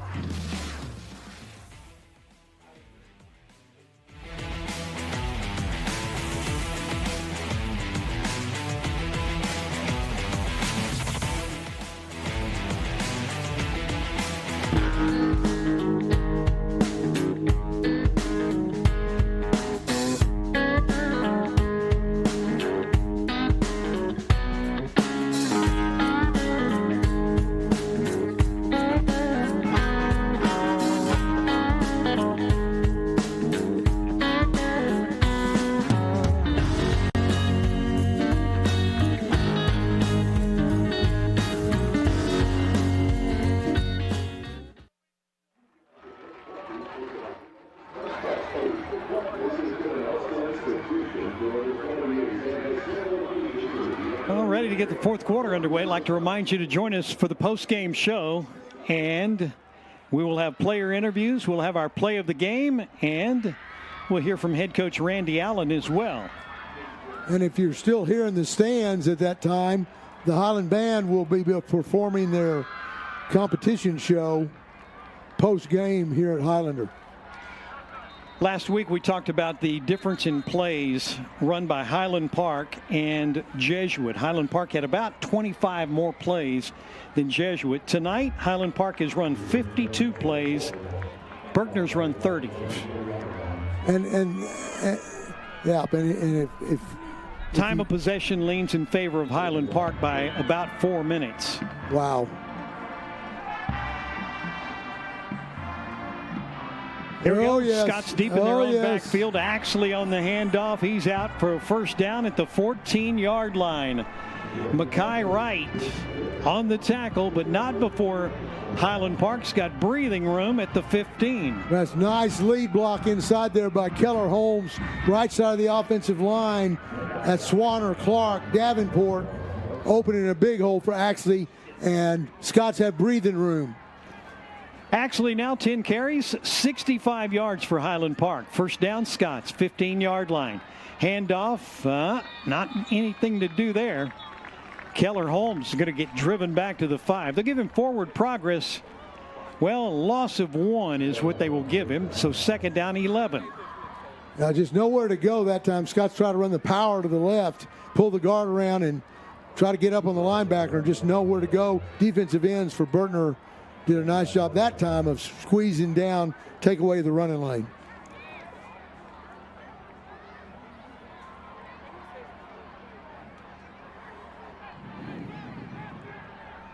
Second down, 11. Scott's going with the hurry-up offense out of the sugar huddle. Here we go, handoff. Here we go. Holmes looking for a place to go. Started outside, cuts it up. He'll pick up positive yards. Well short of the first down. Caden Alcorn makes the tackle. Third down. Scott's, again, need to hold on to this ball if they can and quickly milk the clock. 10 minutes, 24 seconds and counting. This will be the 5th play of the drive for the Scots. 28-13 lead is what Highland Park is holding on to. Here comes the blitz. Play action. Actually picks up that blitz. Pass right side, incomplete. There was contact, but no flag, and that's going to be an incomplete pass. 4th down, Highland Park. Likely a punting situation. That was Paxton Smith over there on that route, on that corner route over there in the far right. Here comes William Whitaker. He'll stand back around his own 5. Can he execute that rugby punt one more time? Let's see. Hopefully he doesn't have to reach up as high to get the snap. Damian Crow. Set up for the rugby to the right. On the return. Oh, no. Not as good an effort. That's going to kick that up into the band. And this is going to be a negative punt right here. We have a flag back near midfield. Scots may get a reprieve here. Coach Allen out talking to the official who threw the flag. He's going to say he wants to punt again, I'm sure. Coach Allen's talking to the punting team. He's probably encouraging them to, he's encouraging them to do what you did the first time, not the second time. Scots will kick it over. Still not sure what the penalty flags were. Again, another big discussion with the officials. They don't get in a hurry. No. The officials in this game. At the same time, what if I just let it like grow out? I want that long. Okay. Still waiting on a call. David Tucker to tell us now. Well, illegal substitution. 12 men on Berkner. 5-yard penalty. Replay. 4th down. You just can't have those penalties. I was going to say, the thing we've talked about all night is shooting themselves in the foot with penalties. And it happened again. They would have had it inside Highland Park's 20-yard line. I mean, how many? I mean, you take for granted how disciplined the Scots are, but they do a heck of a job, and that other teams do not. Loud. Here's Whitaker to kick again. Nice punt this time, and where'd he go out of bounds? Well, they're going to have it in Highland Park territory at the 41. You know, the official stands there and tells the linesman as he runs toward him where to mark it. I've always wondered, how does that help you? I mean, is it easier to see from back here where it goes out of bounds than over on the sideline? Must be. Well, that's the thought, but I've tried it. I'm going, I don't know that I know exactly where it went out if you're standing where the official is. Anyway, Berkner set up, and we got Jamari Williams at the Wildcat again. Let me see. No. We've got DeMarcus Calhoun back in. My mistake. And he's got 5 wide receivers as he'll go empty set. 3 go to the short side of the field. Now he's going to bring Crow in motion across the formation. Calhoun wants to throw. He's not going to get to throw. That's Henry Richter on the sack. Second sack of the night for this Highland Park defense. And Richter just devoured Calhoun. Looked like he was going to run by him, stuck his big paw out, and came up with some jersey, yanked him down. Let's take a look at this Al Bernays replay. Not so fast, my friend. He got some help back there as well. Is that Cormac? I believe it was Cormac Carroll who helped him on that. Al Bernays serving Highland Park Scots families for 25 years. Fake the handoff to Crow, give it to Williams. He was trying to sneak his way right up the middle. Carroll is there to make the tackle after a pickup of 2. Cormac Carroll is to me, he's the unsung hero of this defense. We don't call his name a lot, but he doesn't get blocked a lot, but he's taking up offensive blockers and allowing linebackers to make a ton of plays. And, kudos to him for being able to do that, because that's an unsung hero type job. Scots show blitz on 3rd and 10. Now they're going to back out of it, and Calhoun will throw. A little look-in pattern coming from the left side, intended for Jaden Hernandez. Wes Giese defending, and it's 4th down and 10 after the incomplete pass. Well, likely a punting situation for Berkner, and punting situations for the Rams tonight have been iffy, dicey. I'm not sure what the right term is. An adventure. An adventure. There you go. And boy, 3 punts tonight by the Rams. They're averaging 3.3 yards. That's not what you want. Scott's defense does a heck of a job, though. Berkner had the ball set up inside Highland Park territory. He dropped it, and it's going to be blocked. Highland Here we Park go. will pick it up in midfield. The Scots will have it at the 48-yard line of the Berkner Rams. That's Giese, I think, who got it with a little help from Brant Williams. And the Scots get some help again from Berkner. The snap's not bad, but the punter bobbled it, and that was all Giese needed. I was trying to see who covered it. It looks like on the coverage Here we go. Is Hudson Reed. 3 guys there to block it. Giese comes up, No, that's Hudson Reed. Hudson Reed comes up with it. But right there with Giese was Brant Williams, number 38.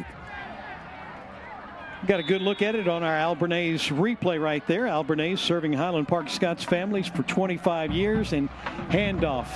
And a couple of yards going right up the middle. Again, it's Keller Holmes. Talib on the tackle for the Rams. This replay for Hilltop Orthopedics. Milk the clock. 13 points on the scoreboard for Berkner, but this has to be one of the best defensive games the Scots have played this year. You take those kickoff returns out of the equation, and Berkner has done absolutely nothing. 2nd down 10 for the Scots. Using a lot of the clock. Peck's going to keep it himself. He'll pound his way down to the 45. Pick up about 3. And Doyle makes the tackle for the Rams. When the ball was down there on the 1-yard line, Peck was diving inside to make make a little yardage, give the Scots some room, and he was very upset at what was happening in the pile. That time right there, you still see Richardson, Berkner defenders after the tackle trying to step over the guy tackled, to intimidate a little bit, and Peck's not having any of it. Scots will send a couple of different wide receivers out. It was hand it to Axley around the right side. He's got running room. We've got a flag near the line of scrimmage, but Axley will take this one down inside the 20. Finally catching up with him is Rashad Holmes. Holding, number 78, Highland Park. 10-yard penalty. Replay, third down. That's going to negate what would have been a huge play all the way down to the 17-yard line. That's tough. It's a stretch play going to the right. Axley's trying to hump it and get outside, which he did. And looks like Scott's right side offensive line going to be called for holding. Well, for Highland Park, Mike, how many penalties is that now? 8 penalties, 75 yards on the Scots. That's going to be the most they've been penalized this season. Here we go. Play action. Pass out into the flat right side. Snyder. And turn back up. It's going to be a pickup of 3, maybe 4 yards. Charlie Snyder making the... Snyder, or is that... Yeah, it is Snyder. I think it's Charlie Snyder. You're right. Or am I? It just takes me a second to find out whether it's an 8 or a 6. Maybe a 6, Russell. Nope, it's an 8. Okay. I believe. Once we start talking about it, I question myself. Parker Thompson or Charlie Snyder, and that may have been Parker, but may have been Charlie too. I think it was Charlie Snyder. 4th punt of the night for the Scots. Here's Whitaker. Kick it away. High, and it goes off the side of his foot. Goes into the top row of the stands on the far side. Whitaker's best effort was his first effort. That guy up in the top of the stands muffed the punt right there. Again, the idea of that rugby kick is to hit the ball off the inside bone of your foot and kind of come across your body with the kick and get it tumbling down the sideline, as Whitaker did with his first effort. They're going to say it went out of bounds at the 47-yard line. That makes that a 5-yard punt for Highland Park and gives pretty good field position to the Rams. Yep. 6:12 to play. Highland Park 28-13 lead. Bunch set over here to the right. Calhoun rolls to the right. Trying to throw on the run. Play. He's in trouble now. Oh. And he will get back to the line of scrimmage, pick up about a yard, not much more than that. Highland Park's got 1, 2, 3 blue jerseys in there. Cormac Carroll, Anders Korn, Daniel Turner, all converging. Here you see the replay. Great job right there by Morse to set the edge, allow his teammates to come from the inside out and make the tackle.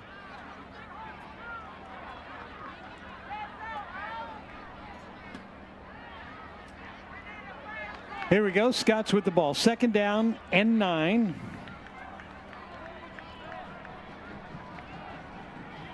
Crow in the slot to the left. They got a man in motion from right to left, all the way across the formation. Down. Calhoun dropped the football, picks it up, throws down. That's going to be caught.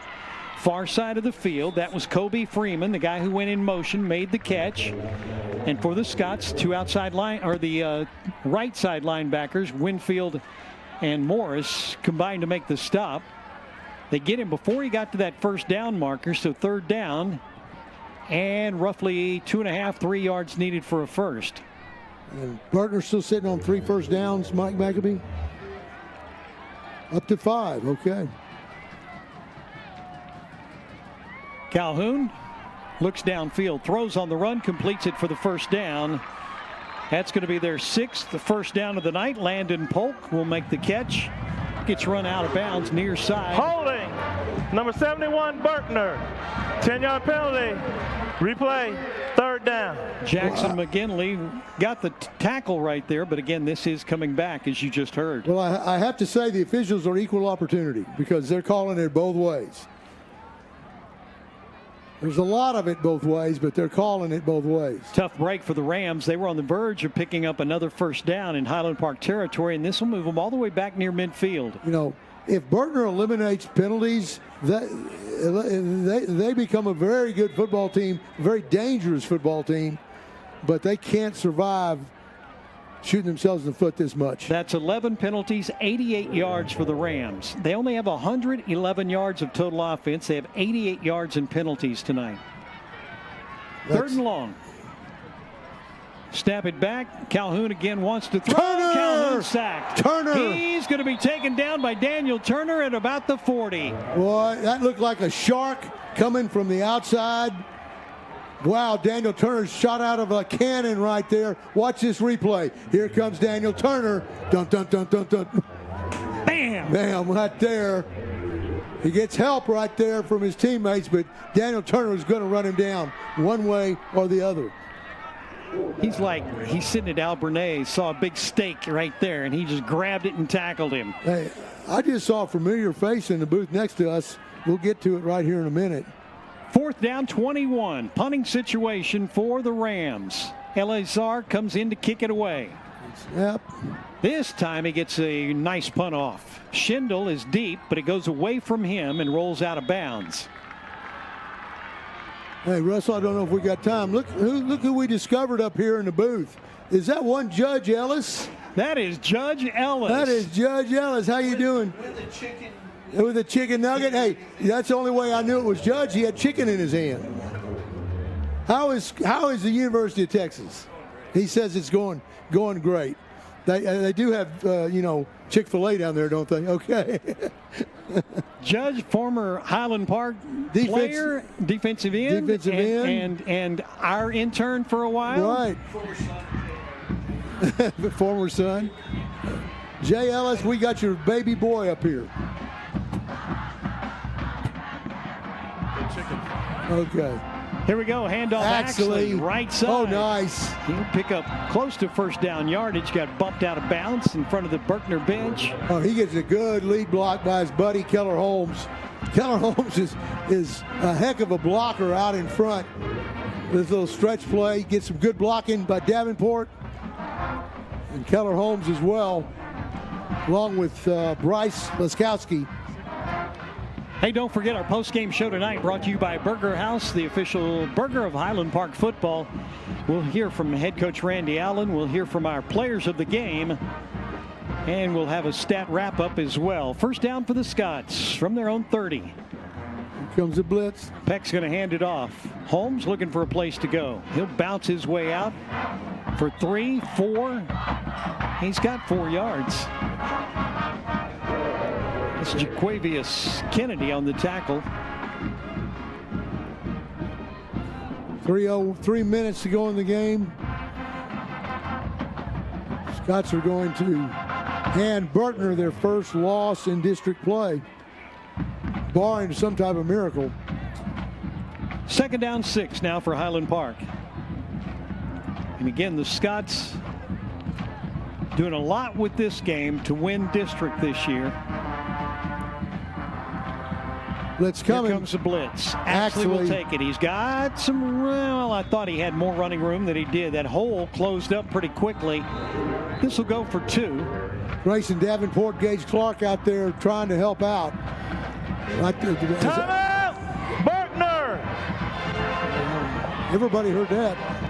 Timeout, Berkner Rams. Again, 2:26 to play in this one.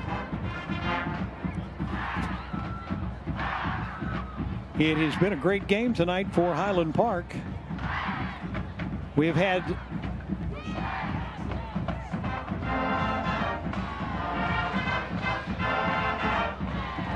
very balanced. Wilson Axley, 78 yards rushing tonight. Keller Holmes, 75 yards rushing tonight for Highland Park. By the way, we've seen a couple of fourth downs tonight. All of those have been brought to you by Forshee Law. Our thanks to them for being a part of Highland Park football. That's Forshee Law. We got a special guest down on the field right now with Jay Ellis. Jay's reports brought to you by Macero. Jay? Yeah, hey, I'm in the stands for this one. I just saw defensive end now, Air Force defensive end Jack Curtis. Jack, what's it like to be back here watching the Scots? It was awesome. I think it's my first home game since I left, and nice to see that nothing's changed. Standard hasn't deviated from anything, and it's nice to see these young pups. For why I look at these young pups get after it. So it's a lot of fun to come watch and be on the other side of it. Oh, nice play. The defensive ends tonight have been great. Both Henry Richter and Daniel Turner making big plays. You think they learned any of that from watching you? No, I hope so. That'd be something that I'd be honored for them to say. That's all you can really ask for. I know I looked up to guys like Prince Jorba, Houston Hummel back in the day when I was young pup, and now these guys keep following the footsteps. That's all you can really ask for. Just have the young guys look up to you, and then the cycle continues, and Highland Park football continues to be great. So. Hey, Jack, thanks for being here tonight. It means a lot, and I'm excited to see you, and I know these Scots are too. Congratulations for all that you're doing these days. Appreciate it, man. Thank you. That was Keller Holmes on the run for Highland Park, and he did a beautiful job, as you saw on our Albernays replay, that he sat down before he gets pushed out of bounds, and that keeps the clock going. They had an official's timeout, and now I think one of the teams has called a timeout. Officials going over the Berkner bench, maybe telling the band to tone it down when Highland Park has the ball, which is the normal courtesy. I believe that's what happened on the far side. Yeah, I was going to tell. I wanted Jay to tell Jack Curtis. It's interesting because Daniel Turner, we interviewed him at halftime, and he's the one who said, "Oh, my hero was Jack Curtis. I try to do everything like Jack Curtis," and that's exactly what Jay was talking about. Here comes Blitz Axley.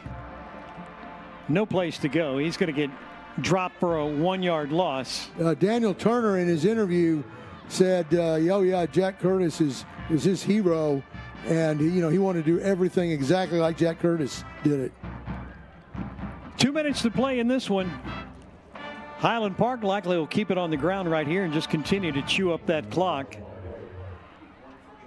They need one first down to run this clock out. Scots have dominated for the most part this entire game. Warren Peck doing a nice job of using the clock before he snaps it. Keller Holmes up the middle. Won't get the first down, but he will use up more of that clock. Take it inside Ram territory. Damian Doyle. Dante Doyle on the tackle. 7 yards on the run for Keller Holmes. And how this sets up as far as the district race goes, it doesn't really impact a lot in the playoffs, but as far as the district race goes, if Berkner loses this game and then can find a way to beat Jesuit I think next week, then you've got a three-way tie atop the district standings between Highland Park, Berkner, and Lake Highlands. But Highland Park will have the advantage because they beat both of them. Well, they didn't beat Lake Highlands. Oh, you said Jesuit. Berkner. Timeout. Berkner, Lake Highlands, Highland Park. Their second timeout of the half. It'll be a three-way tie between Highland Park, Jesuit, and Lake. No, not Jesuit. Highland Park, Berkner, and Lake Highlands. If Berkner can beat Jesuit. Gotcha. I was looking at these, going, wait a minute. Jesuit's got 2 losses. It is a little different for Highland Park to have a district battle going on at this part of the season. Well, the interesting thing is it's a battle for that district championship. If they finish tied, it's just a tri-champion, but it doesn't affect really the playoffs because we're small. Highland Park's small school. And Highland Park beat Jesuit, who likely would be the other small school. Right, and so that is more solidified than the actual district championship. And if it finished in a three-way tie, Highland Park would get home field advantage. Jesuit would finish fourth in the district, so they would be on the road. Right. 3rd down and 3. Handoff. Keller Holmes trying to grind out that first down. Big boy's doing some pushing from behind, and he's not going to get it. Coach Allen has utilized the 2-back set in this game more than I can remember a long time. Berkner, their 3rd and final timeout of the half. Highland Park's going to have 4th and 1. Let's see if the Scots will try to go for it here with 41 seconds to go. I think they would, wouldn't you? I would anticipate they'll go for it. Scots getting back on track. The one thing about Coach Allen, he doesn't doubt his offense very often. In 4th and short yardage. Well, and I think the kids feed off that. They sense that confidence that, hey, you can do this. Go get it. And they feed off that, and it helps their play. 41 seconds to go. We're at Highlander tonight. I just received a text from our old buddy, Pat Sauer, who is traveling out of town, which if you haven't seen him the last 2 weeks, he's been out of town. And he said, hey, Jay, get out of the stands. That's my territory. Pat, glad to hear from you. Hope you're doing well. Travel safe, my friend. Here's Peck up the middle. He's got the first down. The Scots will be able to run the clock out. And this one is done tonight. That puts an exclamation point on it right there. Just pound it down your throat. Berkner can't do anything about it. Scots offensively tonight have shown that they can control the clock. They can run the football efficiently and move the chains when needed. And Mike McAbee, how many total yards does Berkner have? 108, just over 100 yards. That's a great defensive night. Scots have 373 yards of total offense, and that's going to do it. They're going to let the clock wind down. And 20 seconds to go, but the Scots celebration has already started right there as you see him. Head coach Randy Allen headed out to midfield. And the Scots players will line up to shake hands with the Berkner Rams as Highland Park will win it tonight. The Scots will go to 5-1 overall, 3-1 now in District 7-6A play. Scots are waiting for Berkner to head out for the handshake. Coaches were delaying it a little bit. There's the handshake. There's Coach Allen going to talk to Trey Bryant, the head coach of the Rams. Shake hands, wish him well. And we'll hear from head coach Randy Allen coming up momentarily. Well, Highland Park wins it tonight, 28-13. Our Burger House postgame show gets underway in just a moment. Burger House, the official burger of Highland Park football. We'll take a quick break. When we come back, are we going to stay here? Let's see. We may hold it right here.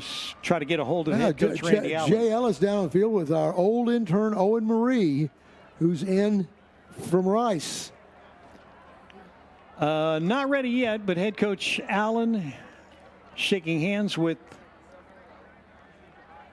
more Berkner personnel down there. And he's headed to the near side. Jay, there's Coach Allen. Coach Allen is right there at the 40. Let's see.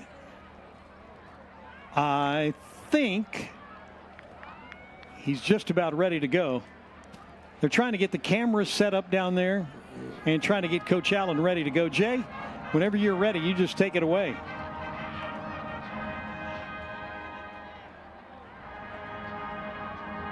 Here we go. Go ahead, Jay.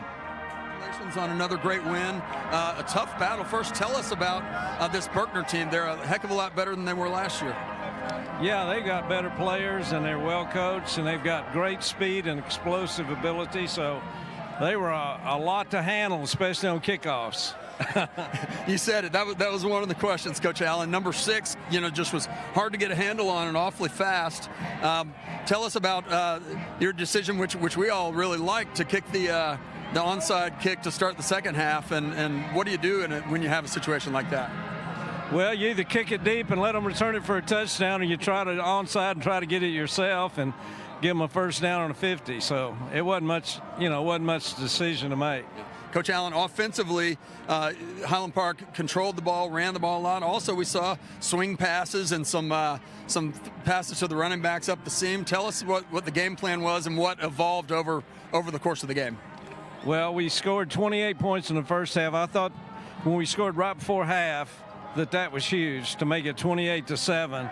And then if they don't return the kickoff back, and it kind of negated it, but they missed their extra point, which put us 15 points up. And the second half, it was more just defense and us controlling the football and running the clock. They couldn't get anything going offensively against our defense, and I'm so proud of our defense. We just got to go to work on our kicking game. Coach Allen, defensively, Highland Park held Berkner to under 10 first downs and had many plays, sacks and tackles for loss. Tell us about your front seven and what a great job they did tonight. Well, they've done a great job the last 2 weeks, but I mean, I don't know what to say other than the fact that when you play a team like Berkner and they are so explosive, you got to do a great job of tackling. You got to take your gap responsibilities, and it takes a team effort to bring those guys down. Coach Allen, you've got some others who want to talk with you. I'm going to let them, and I'm going to go interview some of your players. Congratulations. Okay, thank you. Thank you. And his head coach Randy Allen after the game tonight, victory, and for head coach Randy Allen, his 440th overall head coaching victory. His 287th here at Highland Park. He's, is it 40 behind Phil Danaher? Is Phil Danaher the leader at the moment? He is, 44 games behind. I believe Jay Ellis now has one of our players of the game, so we'll go back down to the sideline, Jay. Great. I have our HP Youth Football Defensive Player of the Game. This is Henry Richter. Henry, first tell us about HP Youth Football. Preparing tomorrow's Scots today. Thank you. So, Henry, it was a pretty easy decision for us to make you Defensive Player of the Game. You had at least 2, probably 3 sacks and a bunch of tackles for loss. First of all, tell us about what you and the front seven, sort of what the motivation was tonight when you had Berkner. You know, obviously going into it, like, this is a chance for us to win a district championship. Most teams don't get the chance after losing early in the season. So we got that opportunity to come out. And so I knew if we could have a big game up front, we would win the game. So I had to come and bring my best game tonight. Henry, one of the players we're going to talk to in a minute here is John Allen. Tell us about those inside linebackers and how you all work with them to close gaps, to keep blockers off, and sort of how important it is for you to do your job so they can do theirs. I mean, our inside linebackers are studs. We got Jack Morris and John Allen. We hold gaps for them, and they make plays. Tonight, they were filling gaps, and we were making plays. So it goes well with each other, for sure. And Henry, there's a guy sitting back right about where we're standing now who plays for Air Force and used to play for Highland Park and wears number 95. Yes, he was excited to watch you and watch Daniel Turner play defensive end. Oh, yeah. Do you know who I'm talking about? Yes, sir, Jack Curtis. Tell us what he means to you and sort of in your progress as a defensive end. Yeah, he was a huge role model my sophomore year. I really looked up to him. So I've kind of I was just always looked up to him as a leader and a player, and so it's kind of fun seeing him back here tonight. And Henry, there's another number 95 in orange over there who played with you last year. Oh, yeah. He was excited to see you, too. Tell us about that one. Yeah, it's Judge Ellis. He's one of my favorite defensive linemen I've ever played with. He's one of my best friends, too. So it was fun playing with him last year. Hey, Henry, congratulations on a great win. You all are back in the driver's seat, tied for first place now, and of course, first among those who will go to Division II playoff. So great job, congratulations, and go celebrate a little, and also go support the Highlander Band. Yes, sir. Thank you, Henry. Henry Richter's our defensive player of the game. Don't forget, coming up in just a couple of minutes, the Highlander Band will play. They're performing their contest tonight, their contest performance. And I believe it's this weekend that they're going to be going to contest. It's tomorrow, yes. The game, the play of the game tonight was, well, first I have John Allen, and the post-game show is sponsored by Burger House. Tell us about Burger House. Burger House, official burger of Highland Park football. So John Allen's with me. John, we want to talk about that fourth down on the goal line stand down here in the second half. Of course, that entire possession, when they got inside the red zone, they were running that formation with 3 backs in the backfield. Tell us specifically, fourth down, how'd y'all make the stop?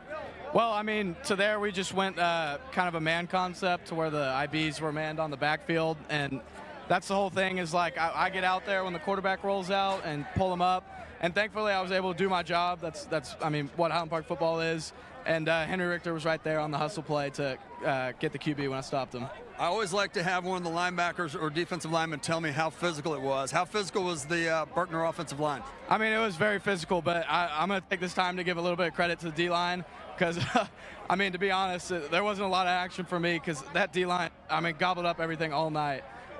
So, I mean, shout out to them. That was an incredible performance by them, but very physical overall. Great. Hey, you're right. You're absolutely right. Hey, we're going to try to get out early because the band's performing, but the last question, now that you all are back in first place in a three-way tie, what sort of fun or celebrating is there here, on the field or back in the locker room? I mean, there's going to be a lot of celebration. There's no doubt about that. But at the same time, I mean, we know that we're not beatable, and there's still always work to do down the road, and we're going to keep doing that and get at it in practice every day. John Allen, you are the defensive representative for the play of the game. Congratulations. Thank you. Thank you. Nice game. Man, we got so many different defensive players you could select for your defensive player of the game. I think Jay may have another player or two before we get out of here. Seen that replay of that stop on the goal line. That was Hatcher Kaiser, number 29, coming up with the big hit that stopped Jamari Williams just short. That play of the game, by the way, brought to you by Riddell Plumbing, home of honesty, quality, great customer service, and a proud supporter of the Scots. Go ahead, Jay. Yeah. I have our Mark Clifton Holmes special teams player of the game. This is kicker Nick Regas. And Nick, tell us about Mark Clifton Holmes. Hey, the trusted builders of exceptional homes. Look at that. He should go to Hollywood. Hey, so Nick, you did so many things on special teams tonight. Let's start with I love the tackle where you got the guy around the shoulders, almost around the neck, but it was physical. Tell us about that one. Yeah, I mean, I just saw the guy coming around the side, and I went back to the fundamentals. Every Monday, every Tuesday, all the kickers, all the punters, we're with the defensive guys. We're going at it. We're doing tackle circle. We're doing block destruction because we have to have these things because those plays, those are always going to be the first plays of defense, and so I'm always going to be ready to make that play because this team prepares me for that situation. Did I hear you right? Did you say block destruction? Of course. Kickers get blocked all the time. I love that. Block destruction. Yep. I'm learning that from a kicker. That tells you how physical you are. So now you had 2 great field goals in the first half as well. All year long you've been kicking extra points, fantastic, but you got a chance to kick field goals tonight. Tell us about all the key components that make that go in addition to just the actual kick. Well, I think a lot of it is just being able to have confidence in my holder and my snapper that they're going to do a good job, because from there on out, I've kicked a 40-yard field goal. I've probably kicked that thousands of times. I mean, every day in practice on Mondays at least, I'm kicking 2 or 3 of those. And so I know what the situation is. I'm ready for that. I just need to know that I can have trust in my teammates, especially the snapper and the holder. Cameron Kaysen, and today Cade Trotter, he hasn't been on holder too long, but I mean, I trust him because he's been doing a great job with that for when he has been doing it. And I know he's going to give me a good ball to kick. And I mean, from there on out, it's just me doing my job, which I know I can do that because I have confidence in myself, but it's more important than confidence in myself. It's the confidence that I have in my teammates. Hey, so we talked about 2 reasons you're our special teams player of the game. One was your physical play, your block destruction, as you said. Number 2 were the great kicks, but number 3 is your football IQ. On the long return down here, I saw what you did, but I'd like for you to explain how you were able to draw a flag, even though the referees ended up pulling it back. Tell us about what went through your mind when you saw them running for a touchdown. All right, so I saw number 6, he's the guy with holding the ball. He was outside of me, and I saw he had one ball blocker who's not really paying attention. He's just like, oh, go, go, go. All he's doing is cheering on his teammate. And I see, if I shoot my shot on the guy that's going to have the ball, there's no way I'm making it. That guy probably runs a 4.4, 4.3, and let's just say I don't run that fast. So I see the second guy, and you know what? I'm thinking, how can I prevent this touchdown? Draw a flag. And so I know blocking in the back, just getting in front of him, putting the body out there. I don't think he even noticed me because I got in front of him. I didn't feel getting hit. But then a few seconds later, boom, I'm down on the ground. And I mean, at that moment, I knew, I was like, I just prevented a touchdown, hopefully. And I think that was just, my thing was, I knew that was kind of like the only decision because the guy's going to block me if I shoot my shot anyway. Nick Regas, we've had a lot of kickers that kick Jay, the ball I'm gonna great, have and to. you're certainly one of them. You showed us tonight, but you may win the award in my years of doing this for not only being the most physical. Jay, I'm going to have to jump in here because we're going to have the band coming up. No, we got to go because we have to play the band right here, and so I'm going to have to cut you off, and that's going to do it for our Burger House postgame show. Our final score tonight is 28-13, Highland Park over Berkner. We are going to show you the Highland Park band. I want to say thanks to all of our crew, to Jay, to Mike, to Owen Marie, who helped us out tonight, and for my Hall of Fame broadcast partner, Jim Castellaw, Russell Scott, saying, stand by. We're going to show you the Highland Park Marching Band coming up right now.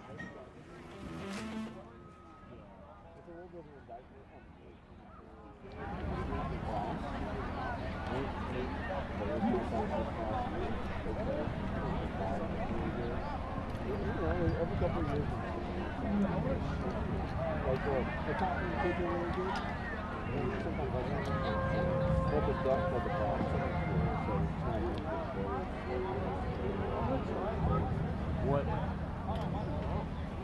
in terms of recruiting in this area, do you think it's like 2025, 2026? Those are the calls. There's my game. David. Hey, can you go to the far end zone and go ahead and get your transceivers and downs? I feel like before it was like there's a ton of like really like the Highland, like trying to get all this together. Like I did guys I remember a couple years back. By the way, where's the first? Hey, can you get up so I can get some drink? Okay, I want and just spit into my mouth. I got you. Check that tripod. Make sure it's played. A couple years of the first cycle. Yeah. It's not like it's like there's no rocket science.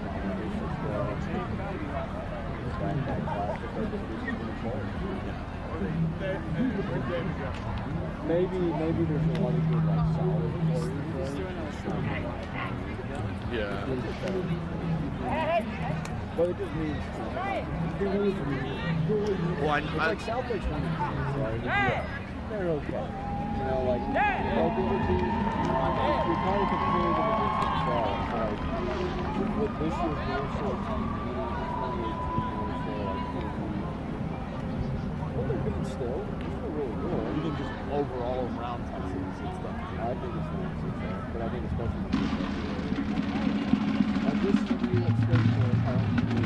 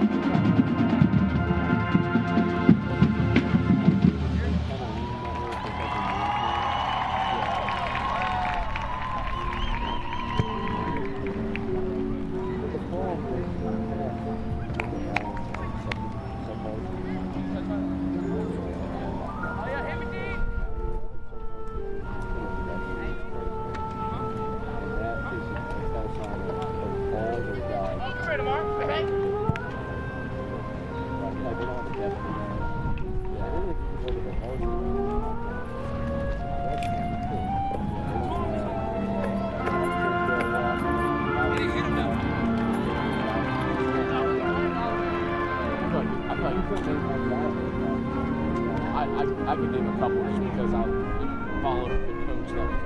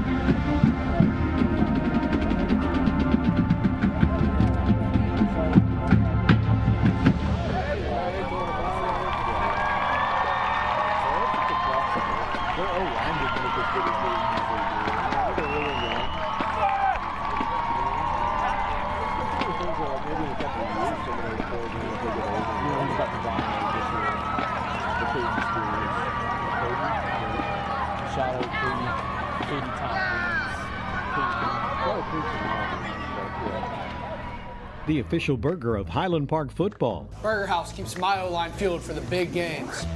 I got your back. Mouth-watering burgers, famous fries, handmade shakes and malts made the old-fashioned way, like they were back in 1951, when we first opened our doors. Next time you have the urge for a double-double and Jack's Famous Fries, stop in and step back in time to our neighborhood restaurant. We would love to see you. Go Scots!